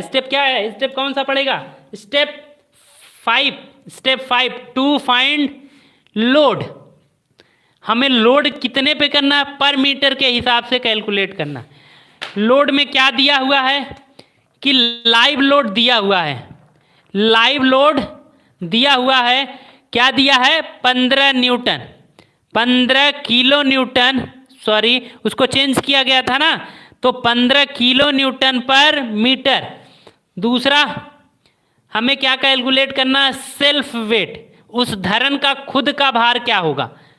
फार्मूला क्या था? L into B into D into density. किसकी डेंसिटी है? एल का मान हमें क्या रखना है? ऑलवेज 1 मीटर रखना है, ऑलवेज 1 मीटर। बी का मान हमने क्या निकाला है? 0.3, 300 mm निकाला था, 300 mm निकाला था।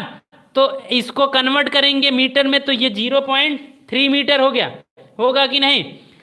डी का मान क्या दिया है 0.6, 600 माने थे तो वही 600, तो 600 को मीटर में करना। और डेंसिटी क्या दी हुई है, उसकी डेंसिटी हमने कहा 25।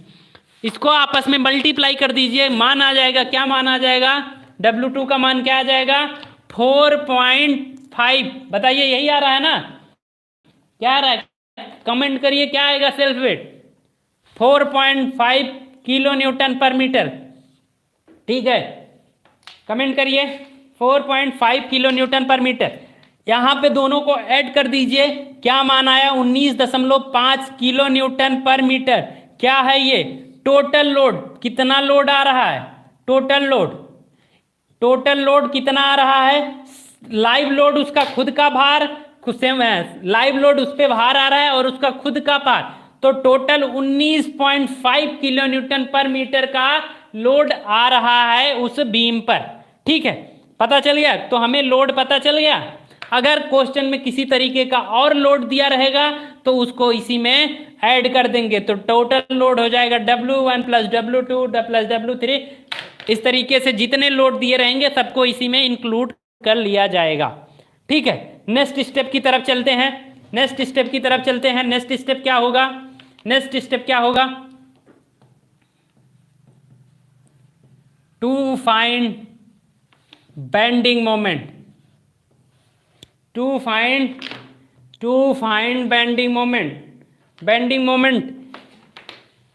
क्या क्वेश्चन में क्या दिया था, क्वेश्चन में दिया था सिंपली सपोर्टेड बीम है, तो सिंपली सपोर्टेड के लिए m बराबर क्या बताया गया WL²/8, m बराबर WL²/8 होता है। तो यहाँ पे फार्मूले के हिसाब से क्या रख दिया, हमें लोड पता चल गया, लेंथ पता चल गई, m बराबर W का मान क्या दिया 19.5 इंटू L का मान क्या दिया है, L का मान हमने भी कैलकुलेट किया था 6 पॉइंट, L का मान क्या कैलकुलेट किया, 6.4 मीटर का होल स्क्वायर डिवाइडेड बाई 8।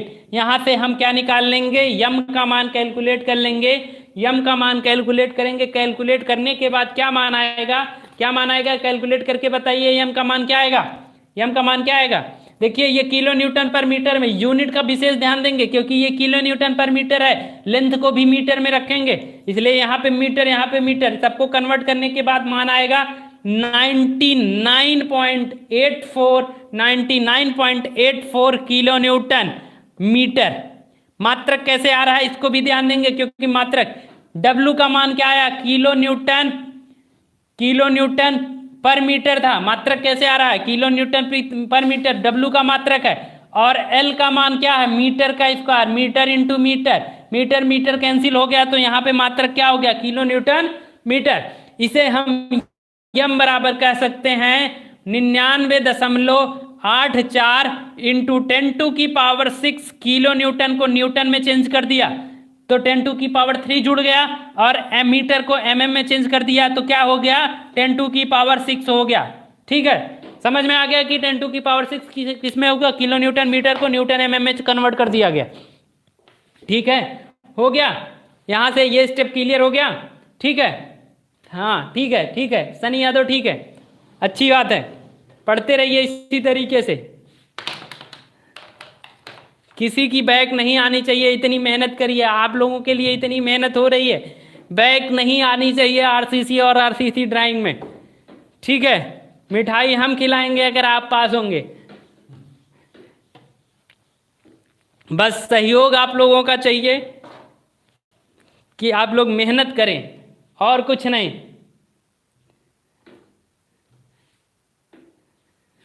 ठीक है, नेक्स्ट स्टेप टू फाइंड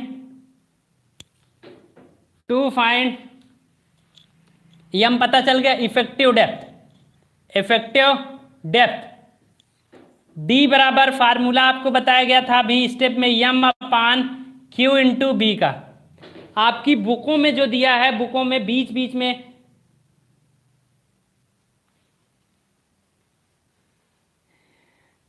आपकी बुकों में स्टेप कहीं कहीं अलग अलग दिया है, हमने जो J के Q का मान निकाला है वो हम पहले ही निकाल लिए हैं, आपकी बुक में भी निकाला है, उसे दूसरे तरीके से बताया है, तो इसलिए आप लोगों को हम पहले तो डी के हिसाब से हमने यहाँ पे रखा, डी का मान क्या निकाल लिया, डी बराबर हो गया, एम का मान क्या आया था 99.84 इंटू 10⁻6 डिवाइडेड बाई क्यू का मान क्या आया था 1.18 इंटू बी क्या आई थी 300। तो यहाँ पे डी बराबर कैलकुलेट करिए 10⁻, डी का मान क्या आएगा, डी का मान आ जाएगा रूट में इसको कैलकुलेट करेंगे तो ये मान आ जाएगा 26,000। तो डी बराबर यहाँ से कैलकुलेट करने के बाद आ जाएगा 509 दशमलव समथिंग, इसे क्या कह देंगे सेज 510 mm। ठीक है, सेज 510 mm। तो ये 510 mm उस 600 से क्या है कम है, तो ये डी रिक्वायर्ड कितनी हो रही है, डी रिक्वायर्ड क्या है, D required is less than D available. क्या है, डी अवेलेबल। तो हमारा क्या होगा, हेंस सेक्शन सेफ। अगर यही वैल्यू 600 से अधिक आती, अगर यही वैल्यू 600 से अधिक आती तो हमारा सेक्शन क्या होता, फेल हो जाता, क्योंकि हमें जरूरत, मान लिया ये वैल्यू 700 आती, मान लिया ये वैल्यू 700 आती है और हमने क्या माना है 600 माना है, तो जरूरत तो हमें 700 की है तो हम क्यों 600 मान रहे हैं, तो इसलिए सेक्शन फेल हो जाता। इसलिए यहाँ पे क्या होना चाहिए, D required is less than D available. तो हमारा सेक्शन क्या होगा, सेक्शन सेफ होगा।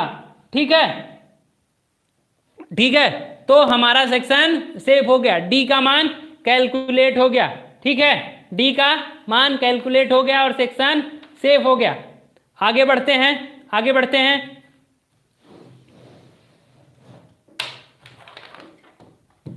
नेक्स्ट स्टेप की तरफ चलते हैं।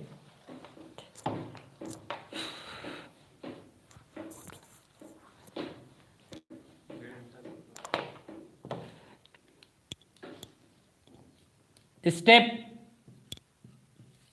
2 find AST, area of steel. कितनी स्टील डालनी है, area of steel, area of steel. ठीक है, फार्मूला क्या बताया गया था एएसटी का, एएसटी बराबर बताया गया था, एएसटी बराबर बताया गया था M upon sigma S T into J into D. फार्मूले के हिसाब से हो गया यम का मान 99.84 इंटू 10⁻6। बस लास्ट स्टेप की तरफ बढ़ रहे हैं, फिगर खत्म हो रहा है जल्दी ही हम। ठीक है, 140 गुणे जे का मान 0.0, जे का मान क्या आया था, जे का मान 0.87, 0.87 इंटू डी का मान क्या आया है, अभी 510 आया है, तो वही 510, इसको सॉल्व कर दीजिए। इस इक्वेशन को सॉल्व करेंगे तो आपका 1607 mm स्क्वायर एएसटी हुआ। हमने मान लिया कि 22 mm की छड़ प्रयोग कर लीजिए, कि हम बीम में कह रहे हैं, कि बीम में हम कह रहे हैं कि 22 mm की छड़ प्रयोग कर रहे हैं। ठीक है, मान लीजिए कि 22 mm की छड़ प्रयोग कर रहे हैं, 22 mm 5 बार यूज कर रहे हैं। ठीक है, तो एक छड़ का एरिया क्या होगा, π/4 22 का स्क्वायर, क्योंकि ये डाया कैसी है, गोलाकार है, तो डाया गोलाकार छड़ का एरिया क्या होता है π/4 डी स्क्वायर ना, तो वही π/4 डी स्क्वायर। तो इसको करेंगे, कैलकुलेट करेंगे तो इसका मान आएगा 380 mm स्क्वायर। तो हमें क्या पता करना है, नंबर ऑफ बार कितनी डालनी है, नंबर ऑफ बार बराबर होता है total area, number of bar बराबर होगा टोटल एरिया बटा एक छड़ का, कुल छड़ का क्षेत्रफल बटा एक छड़ का क्षेत्रफल, एरिया ऑफ वन बार क्या है, टोटल एरिया 1607 बटे 380। यहाँ पे क्या आ गया, मान कैलकुलेट करने के 4 पॉइंट समथिंग आ गया, 4.22। तो हम 4.2 छड़ नहीं डाल सकते, तो हम क्या करेंगे, इसे एक छड़ बढ़ा देंगे, सेज 5 नंबर। तो हम क्या कर देंगे, कहने को क्या हो गया कि हेंस 22 mm 5 बार 5 नंबर, मतलब उस डिजाइन की हुई सेक्शन में हमें 22 mm व्यास की 5 छड़ों का प्रयोग करना है, 5 छड़ों का प्रयोग करना है। ठीक है, तो एरिया ऑफ स्टील पता चल गई, सारी चीजें हो गई। अब हम लोग कैलकुलेट करेंगे, चेकिंग की तरफ चलेंगे।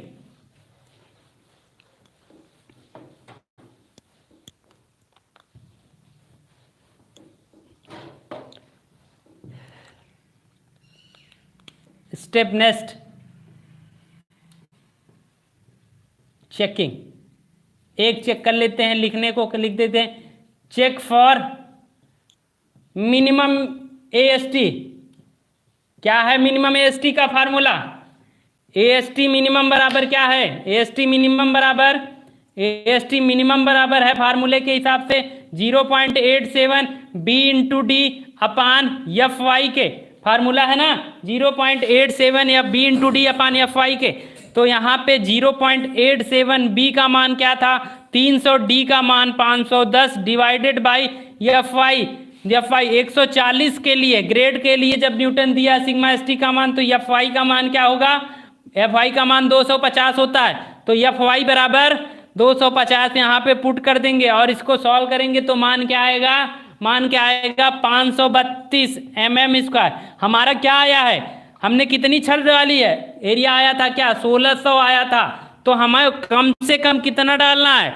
532 डालना है, लेकिन हमारा उससे अधिक है, तो इसलिए हमारा सेक्शन क्या है? सेक्शन सेफ है। ठीक है, चेकिंग हो गई। चेकिंग में और स्टेप क्या लिखते हैं? चेक फॉर मिनिमम हो गया। दूसरा, चेक फॉर शियर। ठीक है, हो गया चेकिंग, नोट हो गया। लास्ट स्टेप, फिगर बनाना। लास्ट स्टेप,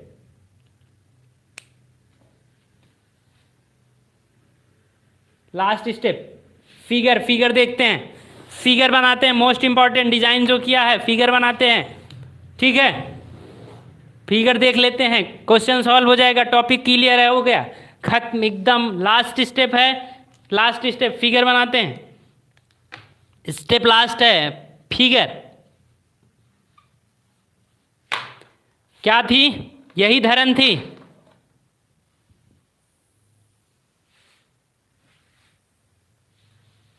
ठीक है, ये मस्ट इंपॉर्टेंट है, क्वेश्चन कर डालिए। अगर फिगर नहीं बनाएंगे तो आधे नंबर पाएंगे आप। ठीक है, इसलिए फिगर जरूरी है।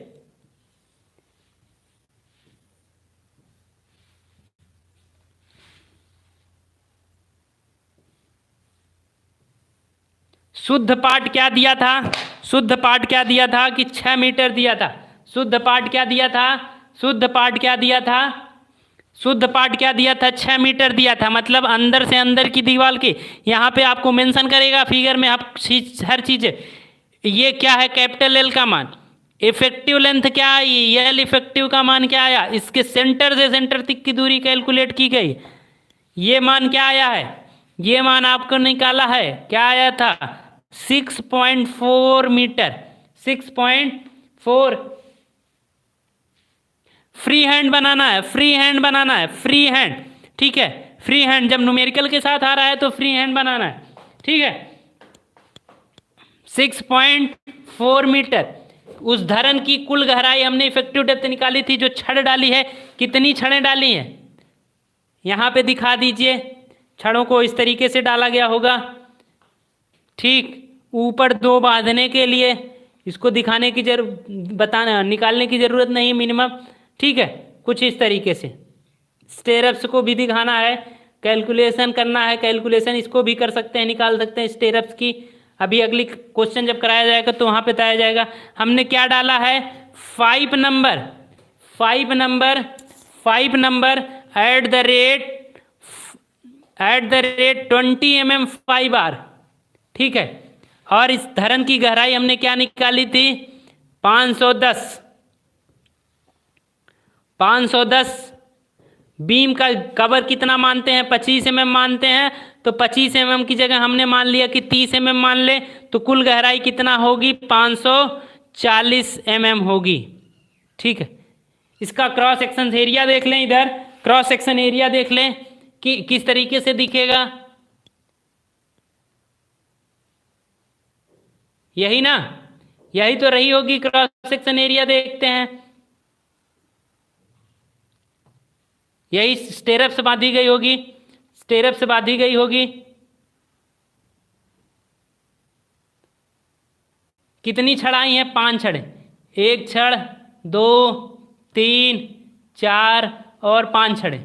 यहाँ पे ऊपर 2 छड़े बांधने के लिए, ठीक है। तो यही यहाँ पे दिखाया जाएगा। इसकी साइज क्या है? b बराबर 300 माने हैं और इसका मान क्या है? टोटल 540 है। इसका मान क्या है? 540 है। यहाँ से यहाँ तक का मान क्या आया है? 510 आया है। और ये कितनी है? 22 mm 5r@5 नंबर। ठीक है, क्वेश्चन यहां तक क्लियर होना चाहिए।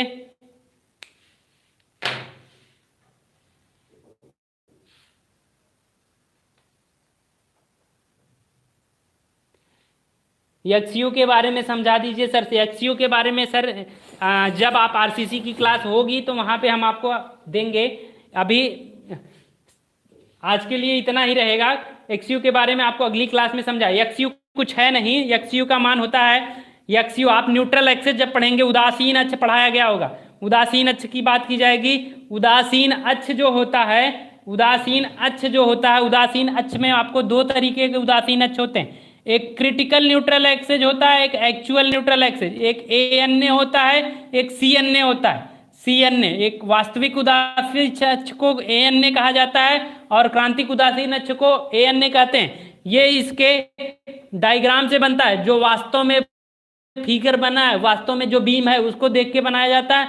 और CNA उसके स्ट्रेस डायग्राम के हिसाब से निकाली जाती है वैल्यू। ठीक है, अगली क्लास में इसको बता दिया जाएगा। ठीक है, आज के लिए इतनी ही। न्यूमेरिकल हो गया है। कल की क्लास में हम आपको बार बेंडिंग शेड्यूल पढ़ाएंगे। आरसीसी ड्राइंग में आरसीसी बेंडिंग शेड्यूल पढ़ाया जाएगा। मोस्ट इंपॉर्टेंट टॉपिक है आपके लिए न्यूमेरिकल के हिसाब से। शेयर करें, लाइक करें और सब्सक्राइब करें हमारे चैनल को। आरसीसी ड्राइंग में आपको कल पढ़ाया जाएगा मोस्ट इंपॉर्टेंट टॉपिक बार बेंडिंग शेड्यूल। बहुत इंपॉर्टेंट टॉपिक है, जहां पे आपसे सबसे ज्यादा क्वेश्चन पूछे जाते हैं। कहां पे? जब आप इंटरव्यू देने जाते हैं। तो बहुत ही इंपॉर्टेंट टॉपिक है कल की क्लास के लिए। ठीक है, आज के लिए इतना ही। धन्यवाद।